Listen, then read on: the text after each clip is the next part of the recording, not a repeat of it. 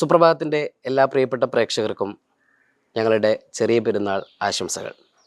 ഈ വിശേഷ സുദിനത്തിൽ സുപ്രഭാതത്തോടൊപ്പം വിശേഷങ്ങൾ പങ്കുവെച്ചുകൊണ്ട് സമസ്ത കേരള ജംഇയ്യത്തുൽ ഉലമയുടെ അനിഷേധ്യനായ അധ്യക്ഷൻ നൂറിൻ്റെ നായകൻ സെയ്ദ് മുഹമ്മദ് ജിഫ്രി മുത്തുക്കോയ തങ്ങളും സമസ്ത സമ്മേളനവുമായി ബന്ധപ്പെട്ട് ഒരു കുറ്റമോ കുറവോ ഇല്ലാതെ അതിനെ കോർഡിനേറ്റ് ചെയ്ത വിദ്യാഭ്യാസ ബോർഡിൻ്റെ ജനറൽ മാനേജർ കൂടിയായിട്ടുള്ള കെ മോയിൻകുട്ടി മാസ്റ്ററുമാണ് ഇന്ന് സുപ്രഭാതത്തോടൊപ്പം ഈ ഒരു വിശേഷങ്ങൾ പങ്കുവെച്ചുകൊണ്ട് ചേരുന്നത്. ഇതൊരുപക്ഷെ ഇതൊരു അഭിമുഖമല്ല, മറിച്ച് ഒരു സന്തോഷം പങ്കുവെക്കുന്ന ഒരു ഹൃദ്യമായ സംഭാഷണമായിട്ടാണ് ഇതിനെ കൊണ്ടുപോകണമെന്ന് ആഗ്രഹിക്കുന്നത്. രണ്ടുപേർക്കും സുപ്രഭാതത്തിൻ്റെ ഈ ഒരു സംഭാഷണത്തിലേക്ക് ഹൃദ്യമായ സ്വാഗതം. നമ്മളൊരു പെരുന്നാൾ സുദിനത്തിൽ സംസാരിക്കുമ്പോൾ താങ്കളുടെ പെരുന്നാൾ ഓർമ്മകളാണ് അതിലൂടെ അങ്ങ് പോകണം എന്നാണ് ആഗ്രഹിക്കുന്നത്. താങ്കളുടെ ഒരു പെരുന്നാൾ ഓർമ്മകളൊക്കെ എങ്ങനെയാണ്? ഈ പെരുന്നാൾ ഓർമ്മകൾ എന്ന് പറഞ്ഞാൽ എപ്പുണ്ടായ ഓർമ്മകളാണ് വേണ്ടി. ഇനി നമുക്ക് ഒരു കുട്ടിക്കാലത്ത് ഓർമ്മകളിലേക്ക് പോകാം. ഇങ്ങനെ കുട്ടിക്കാലത്ത് ഓർമ്മകൾ ഇങ്ങനെ തുടങ്ങിയാല് ഇപ്പൊ 68 വയസ്സായില്ലേ, അപ്പൊ ഒരു 68 കൊല്ലത്തെ പെരുന്നാളിന്റെ അനുഭവങ്ങളും അതിന്റെ ഓർമ്മകളൊക്കെ പറയേണ്ടി വരും. ഏതായാലും ചെറുപ്പകാലങ്ങളിൽ ഉണ്ടായ പെരുന്നാളിൻ്റെ അനുഭവങ്ങളും അതിൻ്റെ അവസ്ഥകളും അതിൻ്റെ ശേഷം ഉണ്ടായതും തമ്മിലൊക്കെ ഇന്നിപ്പോൾ നടന്നുകൊണ്ടിരിക്കുന്ന ഈ കാലഘട്ടത്തിൽ ഉണ്ടായതും തമ്മിൽ വലിയ വ്യത്യാസങ്ങളുണ്ട്. അന്ന് പ്രധാനമായിട്ടും ഈ പെരുന്നാൾ എന്നുള്ളത് ഒരു മനുഷ്യ സ്നേഹം ഇവിടെ ഊട്ടിയുറപ്പിക്കാനും പ്രത്യേകിച്ച് കുടുംബങ്ങളും ബന്ധുക്കളും തമ്മിലുള്ള സ്നേഹവും അവർ തമ്മിലുള്ള ഈ ഐക്യമൊക്കെ ഉണ്ടാക്കി തീർക്കാനും ഉപകരിക്കണ നിലക്കുള്ള പെരുന്നാൾ അനുഭവങ്ങളായിരുന്നു ഏറ്റവും എൻ്റെ കുട്ടിപ്രായത്തിലൊക്കെ ഉണ്ടായിരുന്നത്. കാരണം അന്ന് അയൽവാസികളെയും കുടുംബക്കാരെയും മറ്റുള്ള എല്ലാവരുടെ വീട്ടിലും പോയി അവിടെ നിന്നൊക്കെ ചെറിയ ഭക്ഷണങ്ങളോ അല്ലെങ്കിൽ അധിക ഭക്ഷണങ്ങളൊക്കെ കഴിച്ച് ആ സൗഹാർദ്ദവും സ്നേഹവും കുടുംബ ബന്ധം അല്ലെങ്കിൽ മനുഷ്യബന്ധമൊക്കെ ഒന്നും കൂടി ഊട്ടി ഉറപ്പിച്ച്, പ്രത്യേകിച്ച് മുസ്ലിം സുഹൃത്തുക്കൾ നമ്മളുമായി ബന്ധപ്പെട്ട് നിൽക്കുന്നവർ അവർ പെരുന്നാൾക്ക് നമ്മൾ അവരെ ഓണത്തിനും വിഷുവിനൊക്കെ നമ്മൾ അങ്ങോട്ട് കാഴ്ചകൾ നൽകണത് പോലെ നമുക്ക് കാഴ്ചകളായിട്ട് പഴങ്ങളോ മറ്റൊക്കെ അവർ കൊടുന്നേരും. ആ നിലക്ക് ഒരു പിന്നെ ഉള്ള ഞാൻ ആദ്യം സൂചിപ്പിച്ചല്ലോ, ഈ ബന്ധങ്ങൾ ഊട്ടിയുറപ്പിക്കുക എന്നുള്ള ഏറ്റവും പ്രധാനപ്പെട്ട ആ ലക്ഷ്യം അന്ന് പൂർണ്ണമായിട്ടുണ്ടായിരുന്നു. അതോടൊപ്പം പെരുന്നാൾ ദിവസം എന്നുള്ളത് വളരെ പുണ്യമായ ദിവസമാണ്. ആ ദിവസത്തിന് എനിക്ക് ഒരുപാട് പ്രത്യേകതകളുണ്ട്. ആ ദിവസം ഇബാദത്തുകളെ കൊണ്ട് ധന്യമാക്കണം. അന്ന് പ്രത്യേകമായി കൽപ്പിക്കപ്പെട്ട ഇബാദത്താണ് പെരുന്നാൾ നിസ്കാരം. അതിനോടനുബന്ധിച്ച് അതിൻ്റെ ഖുത്ബ എന്നൊക്കെ പറയുന്നത്, പെരുന്നാൾ ദിവസം അതിൻ്റെ തക്ബീറുകൾ. അപ്പോൾ ഇതൊക്കെ അന്ന് കുട്ടിപ്രായത്തിലൊക്കെ ഇരുത്തി, പിന്നെ നമ്മളെ കൊണ്ടൊക്കെ കുടുംബത്തിലുള്ള മുതിർന്നവർ, വാപ്പൻ്റെ ഉമ്മയെ അല്ലെങ്കിൽ വാപ്പയോ ഒക്കെ, വാപ്പൻ്റെ വാപ്പ ചെല്ലിപ്പിച്ചത് നമുക്ക് ഓർമ്മയില്ല, വാപ്പാൻ്റെ ഉമ്മയൊക്കെ ഇരുന്നിട്ട് നമ്മളെ കൊണ്ടൊക്കെ തക്ബീർ ചെല്ലിപ്പിച്ചു കൊണ്ടിട്ടും ഈ സംഗതികൾക്കൊക്കെ വേണ്ടി പ്രത്യേക അന്നൊരു എണ്ണ വെച്ച് കുളിപ്പിക്കലൊക്കെ ഉണ്ട് കുട്ടികൾ പെരുന്നാളിന്. എണ്ണ വെച്ച് കുളിപ്പിച്ചിട്ട് പിന്നെ അത് കുളിക്കാൻ വേണ്ടിയിട്ട് നമ്മളെ വീട്ടിൽ അന്ന് തറവാട് വീട്ടിൽ കുളം ഉണ്ടായിരുന്നു. അപ്പോൾ ആ കുളം അത് പിന്നെ കുണ്ടൂരായിരുന്നു. അത് കൊടിഞ്ഞിന്ന് വല്യപ്പ മാറി താമസിച്ചത് ചെറുമുക്കിലേക്കായിരുന്നു. ആ ചെറുമുക്കിൻ്റെയും കുണ്ടൂരിൻ്റെയും ഇടയിലുള്ള ഒരു വലിയ വയലൊക്കെ ഉള്ള സ്ഥലമുണ്ട്. അതിൻ്റെ സമീപത്തായിട്ടിരുന്നു അന്ന് നമ്മളെ തറവാടുണ്ടായിരുന്നത്. നമ്മളെ തറവാടെന്ന് പറഞ്ഞാൽ വല്യപ്പ പിന്നീട് മാറി താമസിച്ചത്. അപ്പോൾ അവിടെ അന്ന് നമ്മളെ കുളത്തിൽ കൊണ്ടുപോയി ആരെങ്കിലും കൊണ്ടുപോയി കുളിപ്പിക്കും. എന്നിട്ട് പള്ളിയിൽ പുതിയ ഡ്രസ്സുകളൊക്കെ, അന്ന് പുതിയ ഡ്രസ്സൊക്കെ അണിയാന്ന് പറഞ്ഞാൽ ഭയങ്കര ഒരു സംഭവമാണ്. കാരണം ഡ്രസ്സ് കിട്ടൂലല്ലോ. ആകെ ഒന്നോ രണ്ടോ ഡ്രസ്സുകളേ ഉണ്ടാവുള്ളൂ. ഇന്നത്തെ പോലെ 10-15 ഡ്രസ്സുകളൊന്നും നമ്മളെടുത്തില്ല. അപ്പം അന്ന് അതൊക്കെ ധരിച്ച് പള്ളിയിൽ കൊണ്ടുപോയി. പിന്നെ കുടുംബത്തിൽപ്പെട്ട വലിയ പ്രായമുള്ളവരും അല്ലാത്തവരൊക്കെ ചടക്കത്തിന് മിഠായിക്ക് എന്നൊക്കെ പറഞ്ഞ് അതൊന്നും നടക്കുന്നുണ്ട്. പിന്നെ അന്ന് വേറെ സമ്പ്രദായം ഉണ്ടായിരുന്നു. നമ്മളൊന്നും പോണില്ലെങ്കിലും കുട്ടികളൊക്കെ പെരുന്നാൾ പൈസ എന്ന് പറഞ്ഞിട്ട് വരും. ഇപ്പം ഇവിടെ കുറച്ച് മുമ്പ് സക്കാത്ത് പൈസ എന്നിട്ട് കുറേ കുട്ടികളുണ്ട്. അപ്പോൾ ഞാൻ പറഞ്ഞു, നിങ്ങളൊക്കെ ആരെ മക്കളാന്ന് ചോദിച്ചു. കഴിവുള്ളവരുടെ മക്കളാണെങ്കിൽ നിങ്ങൾക്കൊന്നും തരാൻ പറ്റില്ല, നിങ്ങൾ ഏതായാലും മിഠായി വാങ്ങാനും പിന്നെ ചടക്ക വാങ്ങാനൊക്കെ വാടകയ്ക്ക് കൊണ്ടുപോയി അങ്ങനെ കൊടുത്തു.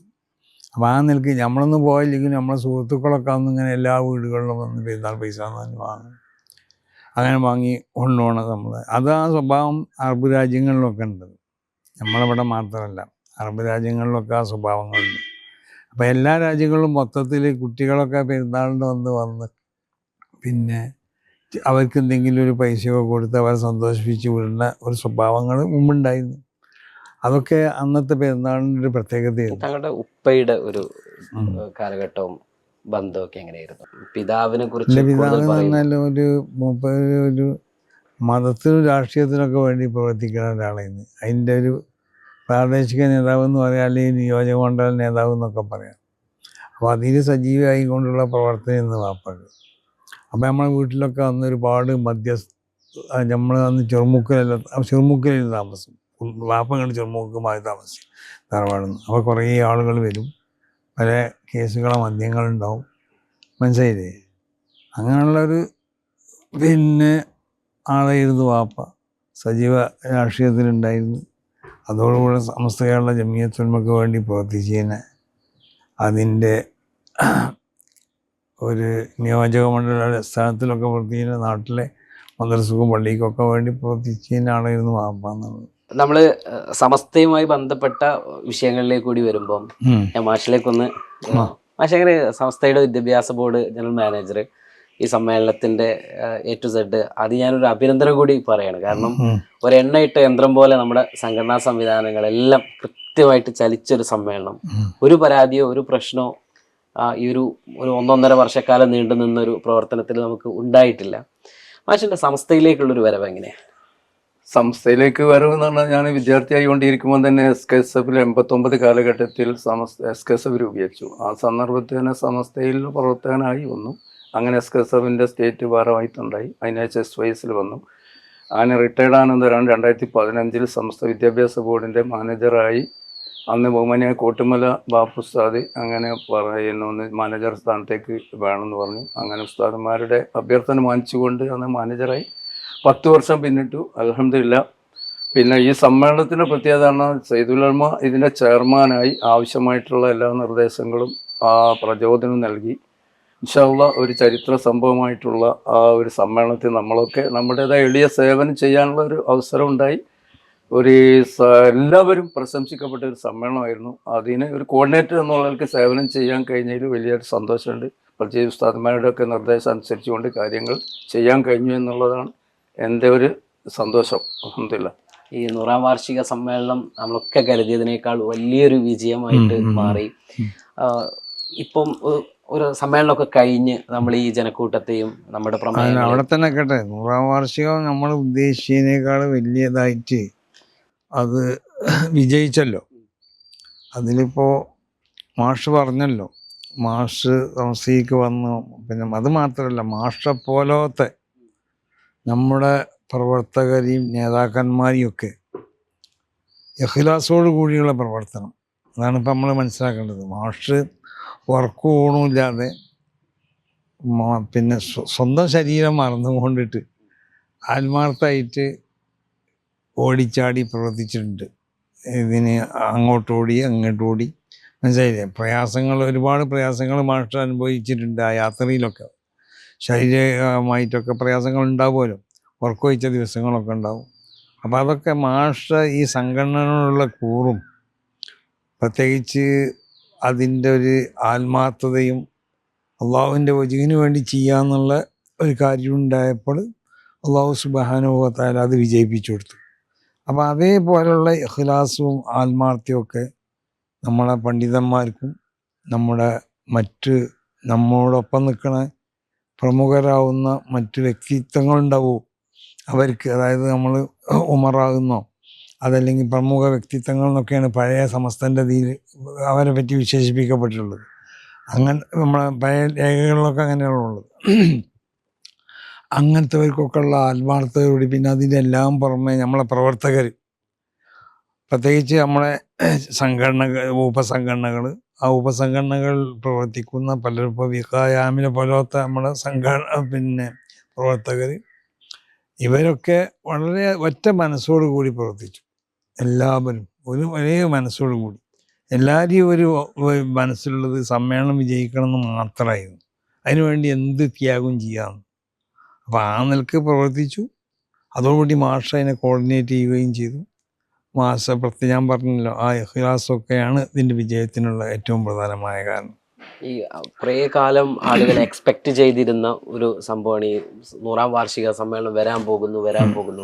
ഇപ്പൊ സമ്മേളനം കഴിഞ്ഞു. ഇനിയിപ്പോ നമ്മുടെ പ്രവർത്തകരെ ഇനി എന്താണ് എക്സ്പെക്ട് ചെയ്യേണ്ടത് സംസ്ഥയുടെ ഭാഗത്ത്? ചെയ്യേണ്ടത് എന്താണെന്ന് ചോദിച്ചാൽ, സമസ്ത നിർദ്ദേശിക്കേണ്ടതായ പൂർണ്ണമായി സമസ്ത കേരള ജംഇയ്യത്തുൽ ഉലമാന്റെ മുഷാവറിൻ്റെ എല്ലാ തീരുമാനങ്ങളും മുഷാവറിൻ്റെ നിർദ്ദേശങ്ങൾക്കൊക്കെ പൂർണ്ണമായി അനുസരിച്ച് നിൽക്കണം. അത് ഏത് ഉപസംഘടനകളാണെങ്കിലും ആ ഉപസംഘടനകൾക്ക് വേണ്ടതാണ്. ആ തീരുമാനങ്ങളും ആ നിർദ്ദേശങ്ങളും ആ ഉപദേശങ്ങളൊക്കെ സ്വീകരിക്കാൻ തയ്യാറാവണം. അത് ചെറുതാവലല്ലല്ലോ. അപ്പോൾ ചിലർക്കൊക്കെ തോന്നും അത് ചെറുതാവലാണോ എന്ന്. അപ്പോൾ അത് ചെറുതാവലല്ലത്, അത് വലുതാവലാണത്. അപ്പം ആ നിലക്ക് പൂർണ്ണമായി അനുസരിച്ച് നിന്നുകൊണ്ട് പ്രവർത്തിക്കുമ്പോൾ സമസ്ത കേരള ജംഇയ്യത്തുൽ ഉലമയുടെ ഇനിയുമുള്ള പുതിയ പല സന്ദേശങ്ങളും പ്രവർത്തന മേഖലയിലുള്ള ആവശ്യമാവുന്ന കാര്യങ്ങളൊക്കെ സമസ്ത കേരള ജംഇയ്യത്തുൽ ഉലമ തീരുമാനിക്കുന്നതനുസരിച്ച് അതിലെന്താണ് വേണ്ടത്, ഈ കാലഘട്ടത്തിലൊക്കെ എല്ലാവരും അതിൽ പൂർണ്ണമായി പങ്കെടുക്കുകയും അവരോടൊക്കെ പ്രാതിനിധ്യം ഉണ്ടായതുപോലെ വരും കാലങ്ങളിലും പ്രവർത്തകരിൽ നിന്നും നേതാക്കന്മാരിൽ നിന്നും പ്രമുഖരാകുന്ന വ്യക്തികളിൽ നിന്നും പണ്ഡിതന്മാരിൽ നിന്നൊക്കെ ആ നിലക്കുള്ള സഹകരണം ഉണ്ടാവണം. പദ്ധതികളൊക്കെ പ്രഖ്യാപിക്കപ്പെട്ടതാണ്. ഞാൻ അതിൻ്റെ തുടക്കത്തിനേ ആവശ്യമുള്ളൂ. അത് ഞാൻ അടുത്ത് തുടങ്ങുകയും ചെയ്യും. ഒരുപാട് പ്രതിസന്ധികൾക്കിടയിലായിരുന്നു, പ്രത്യേകിച്ച് സംഘടനക്കകത്ത് ഒരുപാട് അഭിപ്രായ വ്യത്യാസങ്ങളും വാർത്തകൾ നിരന്തരം സമസ്തയെ വേട്ടയാടിക്കൊണ്ടിരിക്കുന്ന ഒരു ഘട്ടം. ഇതിനൊക്കെ ഇടയിലാണ് ഈ ഒരു സംഘാടനം നമ്മൾ പൂർത്തീകരിക്കുന്നത്, എല്ലാവരെയും ഒരുമിപ്പിച്ചു കൊണ്ടുപോകുന്നത്. ഈ ഘട്ടത്തിൽ അനുഭവിച്ചൊരു വലിയ പ്രയാസം എന്തായിരുന്നു? കാരണം ഇതൊക്കെ മറികടക്കുക എന്ന് പറയുന്നത് ഒരു വലിയൊരു ബാലികേറാമല കൂടിയാണല്ലോ. പ്രയാസം ഇപ്പോൾ മാസ്റ്റർക്കാരുണ്ടായിട്ടുണ്ടാവുമല്ലോ, പിന്നെ ഇപ്പൊ നമുക്കും ഉണ്ടായിട്ടുണ്ടാവും. മനസ്സിലായില്ലേ? പ്രയാസങ്ങൾ വിഷയമല്ല. അപ്പൊ തങ്ങളെ സംബന്ധിച്ച് നമ്മൾ പലരും പറയാറുണ്ട്, ഈ ഒരു ഘട്ടത്തിൽ അൽഹംദുലില്ലാഹ് ഇതിന് ഇത്രയും വളരെ ആർക്കും ഒരു പരിഭവമില്ലാതെ ഈ നേതൃത്വം നൽകി ഇതിനെ മുന്നോട്ട് നയിച്ചു എന്നുള്ളത് എല്ലാവരും അത്ഭുതപ്പെടുന്ന സംഗതിയാണ്. വേറെ ആരാണെങ്കിൽ അത് ഇങ്ങനെ ചെയ്യാൻ കഴിയില്ല. നമുക്ക് ഇതിൽ ഒരു വാശിയൊന്നുമില്ല, ആരെങ്കിലും ഒഴിവാക്കണം എന്ന് അങ്ങനത്തെ ഒന്നും ഇല്ലല്ലോ. അതുകൊണ്ടാണ് മാസ്റ്റർക്ക് ഇതിൻ്റെ പ്രോഗ്രാം നോട്ടീസ് പല പ്രാവശ്യം ആവർത്തിച്ച് നോക്കി, അതിൽ ഉൾക്കൊള്ളിക്കേണ്ടവരെ മുഴുവൻ ഉൾക്കൊള്ളിച്ച് നിന്നാലും ചില പോരായ്മകളൊക്കെ ഉണ്ടാവും. അതൊക്കെ പല സമയത്തും അതിനെ തിരുത്തപ്പെട്ടുകൊണ്ടിട്ട് അത് ഇതിൻ്റെ ഏറ്റവും പ്രധാനപ്പെട്ട ഒന്നാണ്. അപ്പോൾ നമ്മൾ ഒരു വലിയ സംഘടനയാവുമ്പോൾ എപ്പോഴും അതിന് എതിരാളികളും വിമർശകരൊക്കെ ഉണ്ടാവും, ശത്രുക്കളൊക്കെ ഉണ്ടാവും, അത് സ്വാഭാവികമാണ്. പക്ഷേ നമ്മളെ സംബന്ധിച്ചിടത്തോളം ഇതൊരു ദീനിൻ്റെ സംഘടന ആയതുകൊണ്ടിട്ട് അതിന് നേതൃത്വം നൽകണ അതിന് നേതൃത്വ സ്ഥാനത്തിലുള്ളത് കൊണ്ട് നമുക്കൊരു ആത്മവിശ്വാസമുണ്ട്. മഹാന്മാരാവുന്ന ആളുകൾ, മുൻഗാമികൾ നമ്മളോട് പറഞ്ഞു തന്നതുപോലെ ഈ സംഘടനയെ മഹാന്മാരാണ് നയിച്ചു കൊണ്ടിരിക്കുന്നത്. അപ്പം അവരിതിനെ നയിക്കും, അവരിൽ നിന്നുള്ള ഉപദേശങ്ങളും നിർദ്ദേശങ്ങളൊക്കെ നമ്മൾക്കുണ്ടാവും. അവരാ തിയറി അനുസരിച്ച് പോയാൽ, അപ്പോൾ അവരാ തിയറിയിൽ നിന്ന് നമ്മൾ ഒരിക്കലും ഇതായിട്ടില്ല, വ്യതിചരിച്ചിട്ടില്ല. അത് നിങ്ങൾക്കൊക്കെ 1200 എത്ര പേജുണ്ട് നമ്മൾ ആ പുസ്തകം, ചരിത്ര പുസ്തകം 1000 പേജുള്ള ആ ചരിത്രരേഖ പരിശോധിച്ചാൽ മനസ്സിലാവും സമസ്തൻ്റെ സമ്മേളനങ്ങളൊക്കെ എങ്ങനെയായിരുന്നു. ആ സമ്മേളനങ്ങളിൽ ആരൊക്കെ ആരൊക്കെ ആണ് അതിൽ ഇതായിട്ടുള്ളത്, പ്രതിനിധാനം ചെയ്തിട്ടുള്ളത്, ആരൊക്കെ സാന്നിധ്യം ഇതുണ്ടായിരുന്നത്, അവർക്കൊക്കെ എന്തെല്ലാം നൽകിയത് അവരതിൽ പ്രവർത്തിച്ച് അതുമായി സഹകരിച്ചത്, അങ്ങനെ തുടങ്ങി സമസ്തനോട് ബന്ധപ്പെട്ട A to Z വരെ ഈ കാലയളവിലുള്ള എല്ലാം ഒപ്പിയെടുത്ത ഒരു പുസ്തകമാണ്. അപ്പം അത് നമുക്ക് അത് പഠിക്കാണ്ട് അതിൽ നമുക്ക് സമസ്തൻ്റെ പാരമ്പര്യം, സമസ്തൻ്റെ പൈതൃകവും, സമസ്തൻ്റെ പിന്നെ പ്രവർത്തന മേഖലയൊക്കെ എങ്ങനെയാണെന്നുള്ളത് അത് നോക്കിയാൽ മനസ്സിലാവും. അതിൻ്റെ ഒരു അണുമണി തൂക്കം തെറ്റാതെ നമ്മൾ പ്രവർത്തിക്കുമ്പോൾ നമുക്ക് ഉറപ്പാണ് എങ്ങനെയായാലും ഇത് വിജയിക്കുന്നുണ്ട്. ഇവരോടൊക്കെ നമ്മൾ പറയലുണ്ടല്ലോ, എപ്പോഴും പറയലുണ്ട്, നിങ്ങൾ അങ്ങനെ ആരും ഒരു ആശങ്കയൊന്നും വേണ്ട, ഇത് അല്ലാഹു സുബ്ഹാനഹു വ തആല ഇതിനെ വിജയിപ്പിക്കും എന്നുള്ളത്. നമ്മൾ ആ വിജയിപ്പിക്കും എന്നുള്ള ഉറപ്പ് നമുക്കുണ്ട്. കാരണം അതിനാവശ്യമാവുന്ന പ്രവർത്തനങ്ങളൊക്കെ നമ്മൾ നടത്തിയിട്ടുണ്ട്. മഹാന്മാരൊക്കെ സിയാറത്ത് ചെയ്തു. ഓരോ സ്ഥലത്തും പ്രാദേശികമായി സിയാറത്ത് ചെയ്യേണ്ടവരെ സിയാറത്ത് ചെയ്യാൻ പറഞ്ഞു. വലിയ വലിയ മഖാമുകളിലൊക്കെ നമ്മൾ മശായിഖന്മാരായി കൊണ്ട് നമ്മൾ കണക്കിലെടുക്കുകയും നമ്മൾ ആ നിലക്ക് കാണുകയും ചെയ്യുന്ന വലിയ വലിയ ആളുകളൊക്കെ പ്രത്യേകമായിട്ട് തന്നെ നമ്മൾ എന്തായി കൂട്ടായിട്ടു ഒറ്റക്കൊക്കെ സിയാറത്ത് ചെയ്തു. ആ നിലക്കൊക്കെ സിയാറത്ത് ചെയ്യുകയും പിന്നെ ഇതിലൊക്കെ ഇസ്തിഖാറത്ത് എന്ന് പറഞ്ഞൊരു സംഗതി ഉണ്ട്. ഈ ചെയ്യുന്ന സംഗതിയിൽ ഹൈറുണ്ടോ ചെയ്യാൻ നോക്കിക്കാണ്ട് ചെയ്യണമെന്നത്. ആ നിലക്ക് ഇസ്തിഖാറത്ത് ചെയ്തു. അങ്ങനെയൊക്കെ ചെയ്തത് നമുക്ക് ഒരു വിശ്വാസം, നമുക്ക് ഒരു ഉറപ്പ് ഉള്ളത് പോലെ ഇത് എങ്ങനെയും വിജയിക്കും. താങ്കൾ തന്നെ പലപ്പോഴും പ്രസംഗങ്ങളിൽ പറയാറുണ്ട് മശായിഖന്മാരോട്. അതൊരു തമാശ പറയല്ല, അത് മശായിഖന്മാരോട് നമ്മൾ അതല്ല, അവരോട് ഇപ്പം നമുക്ക് പിന്നെ സംസാരിക്കാനൊന്നും നമുക്ക് കഴിയണമെന്നില്ല. അത് നമ്മൾക്ക് കഴിയൂല, അത് കഴിയുന്ന ആളുകളുണ്ടാവും. പക്ഷെ അവരായിട്ട് നമുക്ക് അവരുടെ പേരിൽ നമ്മൾ എന്താക്കും, ഫാത്തിഹ ഓതും, യാസീൻ ഓതും, മനസ്സിലായില്ലേ? അവരൊക്കെ മദത് കൊണ്ടിട്ട് ഈ വിഷയങ്ങളൊക്കെ എന്താക്കണം, സാധിപ്പിച്ചാലും തമ്പുരാനെന്നൊക്കെ ദുആ ചെയ്യുമ്പോൾ അതിൻ്റെ ഒരു ഗുണം ഉണ്ടാവും എന്നുള്ളത് നമുക്ക് വിശ്വാസമുണ്ട്. അത് നമ്മൾ അനുഭവിച്ചിട്ടുണ്ട്. അത് തന്നെയാണ് ഇവിടെ സമ്മേളനത്തിലുണ്ടായിട്ടുള്ളത്. ഇപ്പം നമ്മൾ ഇങ്ങനെ പറഞ്ഞു വരുമ്പം ഒരുപാട് പ്രയാസങ്ങൾ ഉണ്ടായെന്ന് പറഞ്ഞു. വ്യക്തിപരമായിട്ട് ഒരു സമ്മേളനം കൊണ്ടൊക്കെ സങ്കടപ്പെട്ട സമയങ്ങളുണ്ടാവും. അത് അങ്ങനെ ഉണ്ടായിട്ടുണ്ട്. പക്ഷെ അതൊന്നും പറയണ്ടല്ലോ. അതൊന്നും ഇപ്പോൾ വ്യക്തിപരമായി നമ്മൾക്ക് പ്രയാസം ഉണ്ടായ സംഗതികളൊക്കെ പറയുമ്പോൾ അത് നമ്മൾക്ക് വ്യക്തിപരമായിട്ട് നമുക്ക് വലുതാവാനാണെന്ന് വിചാരിക്കും. അപ്പം അങ്ങനത്തെ ഒന്നും നമ്മൾ വ്യക്തിപരമായി ഉണ്ടായ പല കാര്യങ്ങളും ഉണ്ടാവാം. പക്ഷെ അതൊന്നും പറയുമ്പോൾ ഉണ്ടായിട്ടുണ്ട്. പക്ഷെ അത് പറയുമ്പോൾ ചിലപ്പോൾ നമുക്കുണ്ടായത് അപ്പം ആരൊക്കെ എന്നാൽ എങ്ങനെയെന്നൊക്കെ ചോദിക്കും, മനസ്സിലായില്ലേ? അപ്പം അതൊന്നും നമ്മൾ പറയാന്നുള്ളത് നമ്മൾ ഒരാൾ അങ്ങോട്ട് മറ്റുള്ളവരെ സ്പർശിച്ചുകൊണ്ട് പറയാന്നുള്ളത് നമ്മളെ ശരിയല്ല. ഈ സമ്മേളനത്തിൽ ഏറ്റവും സന്തോഷം നിറഞ്ഞൊരു സമയം ഏതാന്ന് ചോദിച്ചാൽ താങ്കൾ എന്താ പറയാ? അതാ ആ സമയം തന്നെ. എനിക്കങ്ങനെ ഒരു വലിയ സന്തോഷവും ദുഃഖമൊന്നും ഉണ്ടാവില്ല. എൻ്റെ ജീവിത രീതി അങ്ങനെ തന്നെയാണ്. ഇപ്പം എന്നോട് ഏറ്റവും സന്തോഷപ്പെട്ടത് എന്താന്ന് ചോദിച്ചാൽ എനിക്ക് പറയാൻ കഴിയൂല. ഏറ്റവും ദുഃഖിച്ചത് അതും എനിക്ക് അറിയാം. എനിക്കെല്ലാം ഒരേ മാതിരിയാണ്. പക്ഷെ എന്നെ ഏറ്റവും അധികം സന്തോഷിപ്പിച്ചത് ആ ജനങ്ങൾ നിറഞ്ഞു നിൽക്കണ ആ ഒരു സമാപന സമ്മേളനത്തിലുള്ള ആ കാഴ്ചയും. എന്നോട് മുഖ്യമന്ത്രി അടക്കമുള്ളവർ ചോദിച്ചു, വിദേശത്ത് വന്ന പ്രതിനിധികളും ഒക്കെ ചോദിച്ചു. എന്തെന്ന് പറഞ്ഞാൽ പിന്നെ 10 ആളോ 20 ആളോ 10 200 ആളുകൾ കൂടിയാലോ, വിദേശത്ത് വന്നല്ലോ തന്നെ 10 500 ആളുകൾ കൂടിയാൽ തന്നെ ഭയങ്കര ശബ്ദമാണ്. അത്രേ ഞങ്ങളവിടെയൊക്കെ കൂടുള്ളൂ. ഇതിങ്ങനെ മില്യൺ കണക്കിന് ആളുകൾ കൂടിയിട്ട് ഇവിടെ ശബ്ദമൊന്നും ഇല്ലാതെ നിങ്ങൾക്ക് നിലനിർത്തിക്കൊണ്ടാൻ എങ്ങനെ സാധിച്ചു എന്ന് ചോദിച്ചു. അപ്പോൾ നമ്മൾ പറഞ്ഞു ഇതിന് ആത്മീയമായ ഒരു നിയന്ത്രണം ഇവിടെ ഉണ്ട് എന്ന് നമ്മൾ വിശ്വസിക്കുകയാണ്. ബദറിൽ മലായിക്കത്ത് ഇറങ്ങി എന്നറിഞ്ഞില്ലേ? അപ്പം ബദറിൽ മലായിക്കത്ത് ഇറങ്ങി സഹായിച്ചു എന്ന് പറഞ്ഞല്ലോ. എന്നതുപോലെ ഇവിടെ മലായിക്കത്തും അമ്പിയാക്കന്മാരുടെ അറുവാഹികളും ഔലിയാവിൻ്റെ അറുവാഹികളും പിന്നെ സാലിഹ്യങ്ങളുടെ അറുവാഹികളൊക്കെ സന്തോഷിക്കുന്ന ഒരു മുഹൂർത്തമുള്ള. അപ്പം അവരെ ഒരു സഹായം കൂടി അദൃശ്യമായ നിലക്ക് അവിടെ ലഭിക്കപ്പെടുന്നുണ്ട്.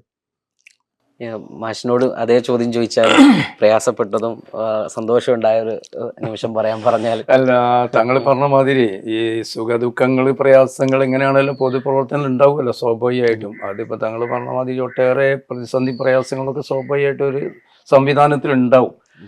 അതെല്ലാം തരണം ചെയ്ത് അത് നമ്മൾ റെക്കോർഡ് ചെയ്യില്ല. സന്തോഷമാണെങ്കിലും റെക്കോർഡ് ചെയ്യില്ല, സന്താപാണെങ്കിലും റെക്കോർഡ് ചെയ്യില്ല. എന്നാലും സന്തോഷം നമുക്ക് ഇങ്ങനെ പറയാൻ ആഗ്രഹമൊക്കെ ഉണ്ടാവില്ലേ? സന്തോഷം അല്ല, എല്ലാം സന്തോഷം തന്നെ ഇപ്പോൾ പറഞ്ഞല്ലോ.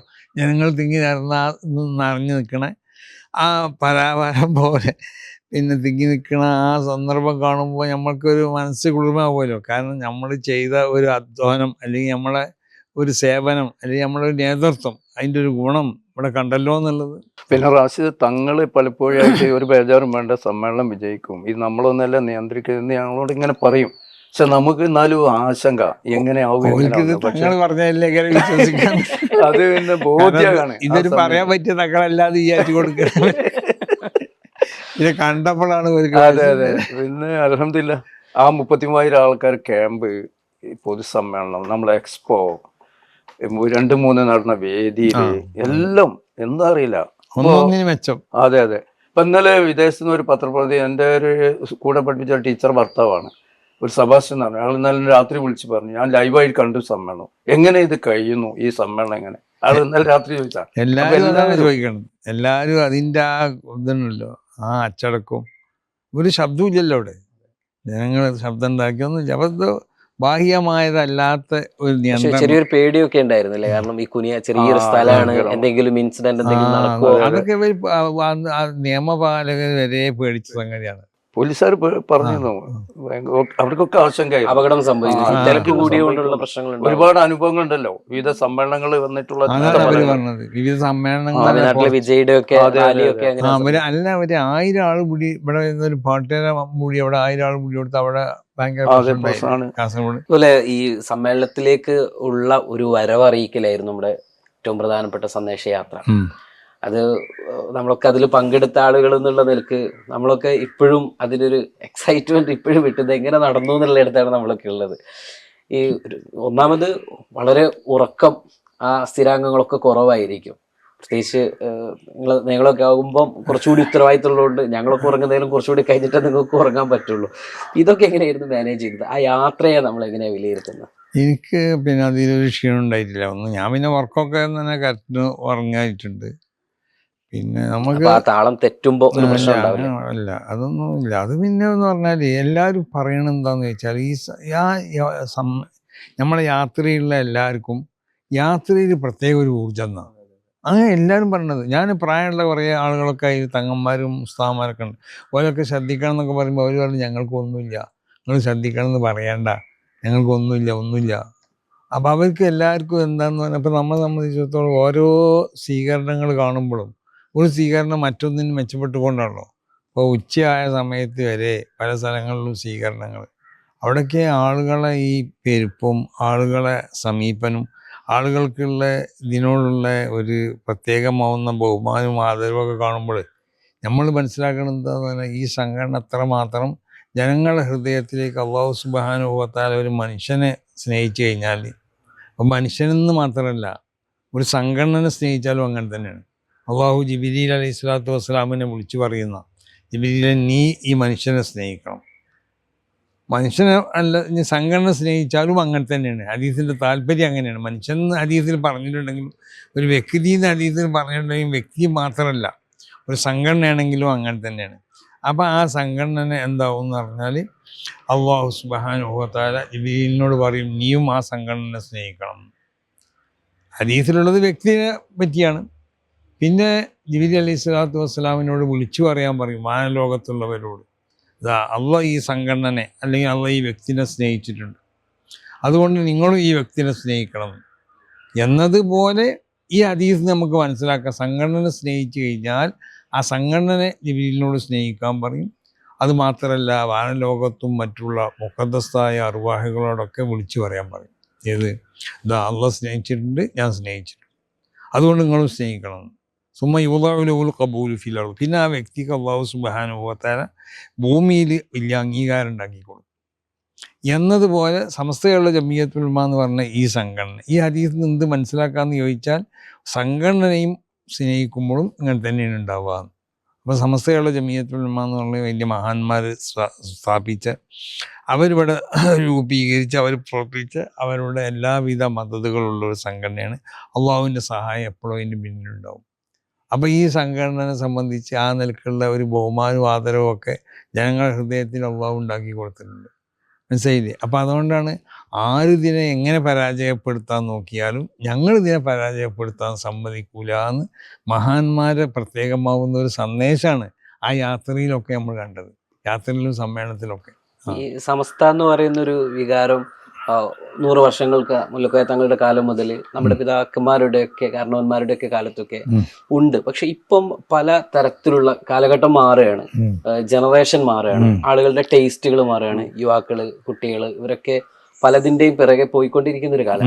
അപ്പോൾ നമുക്ക് ഈ പുതിയ കാലത്തെ കുട്ടികളുടെ മുമ്പിലേക്ക് സമസ്ത എന്ന് പറയുന്നൊരു അതൊരു വികാരമാവണം, അല്ലെങ്കിൽ സുന്നത്ത് ജമാഅത്തിന്റെ കൃത്യമായ ഒരു പാതയായിട്ട് ഇത് അഡ്രസ്സ് ചെയ്യപ്പെടണം. അതിന് ഒരു മെക്കാനിസം നമ്മുടെ ഈ ഒരു കാലഘട്ടത്തിനനുസരിച്ച് നമ്മൾ പ്രയോഗിക്കേണ്ടതല്ലേ? പക്ഷെ എങ്ങനെയാണ് നമ്മൾ എങ്ങനെ അഡ്രസ്സ് ചെയ്യും അടുത്ത കാലത്ത്?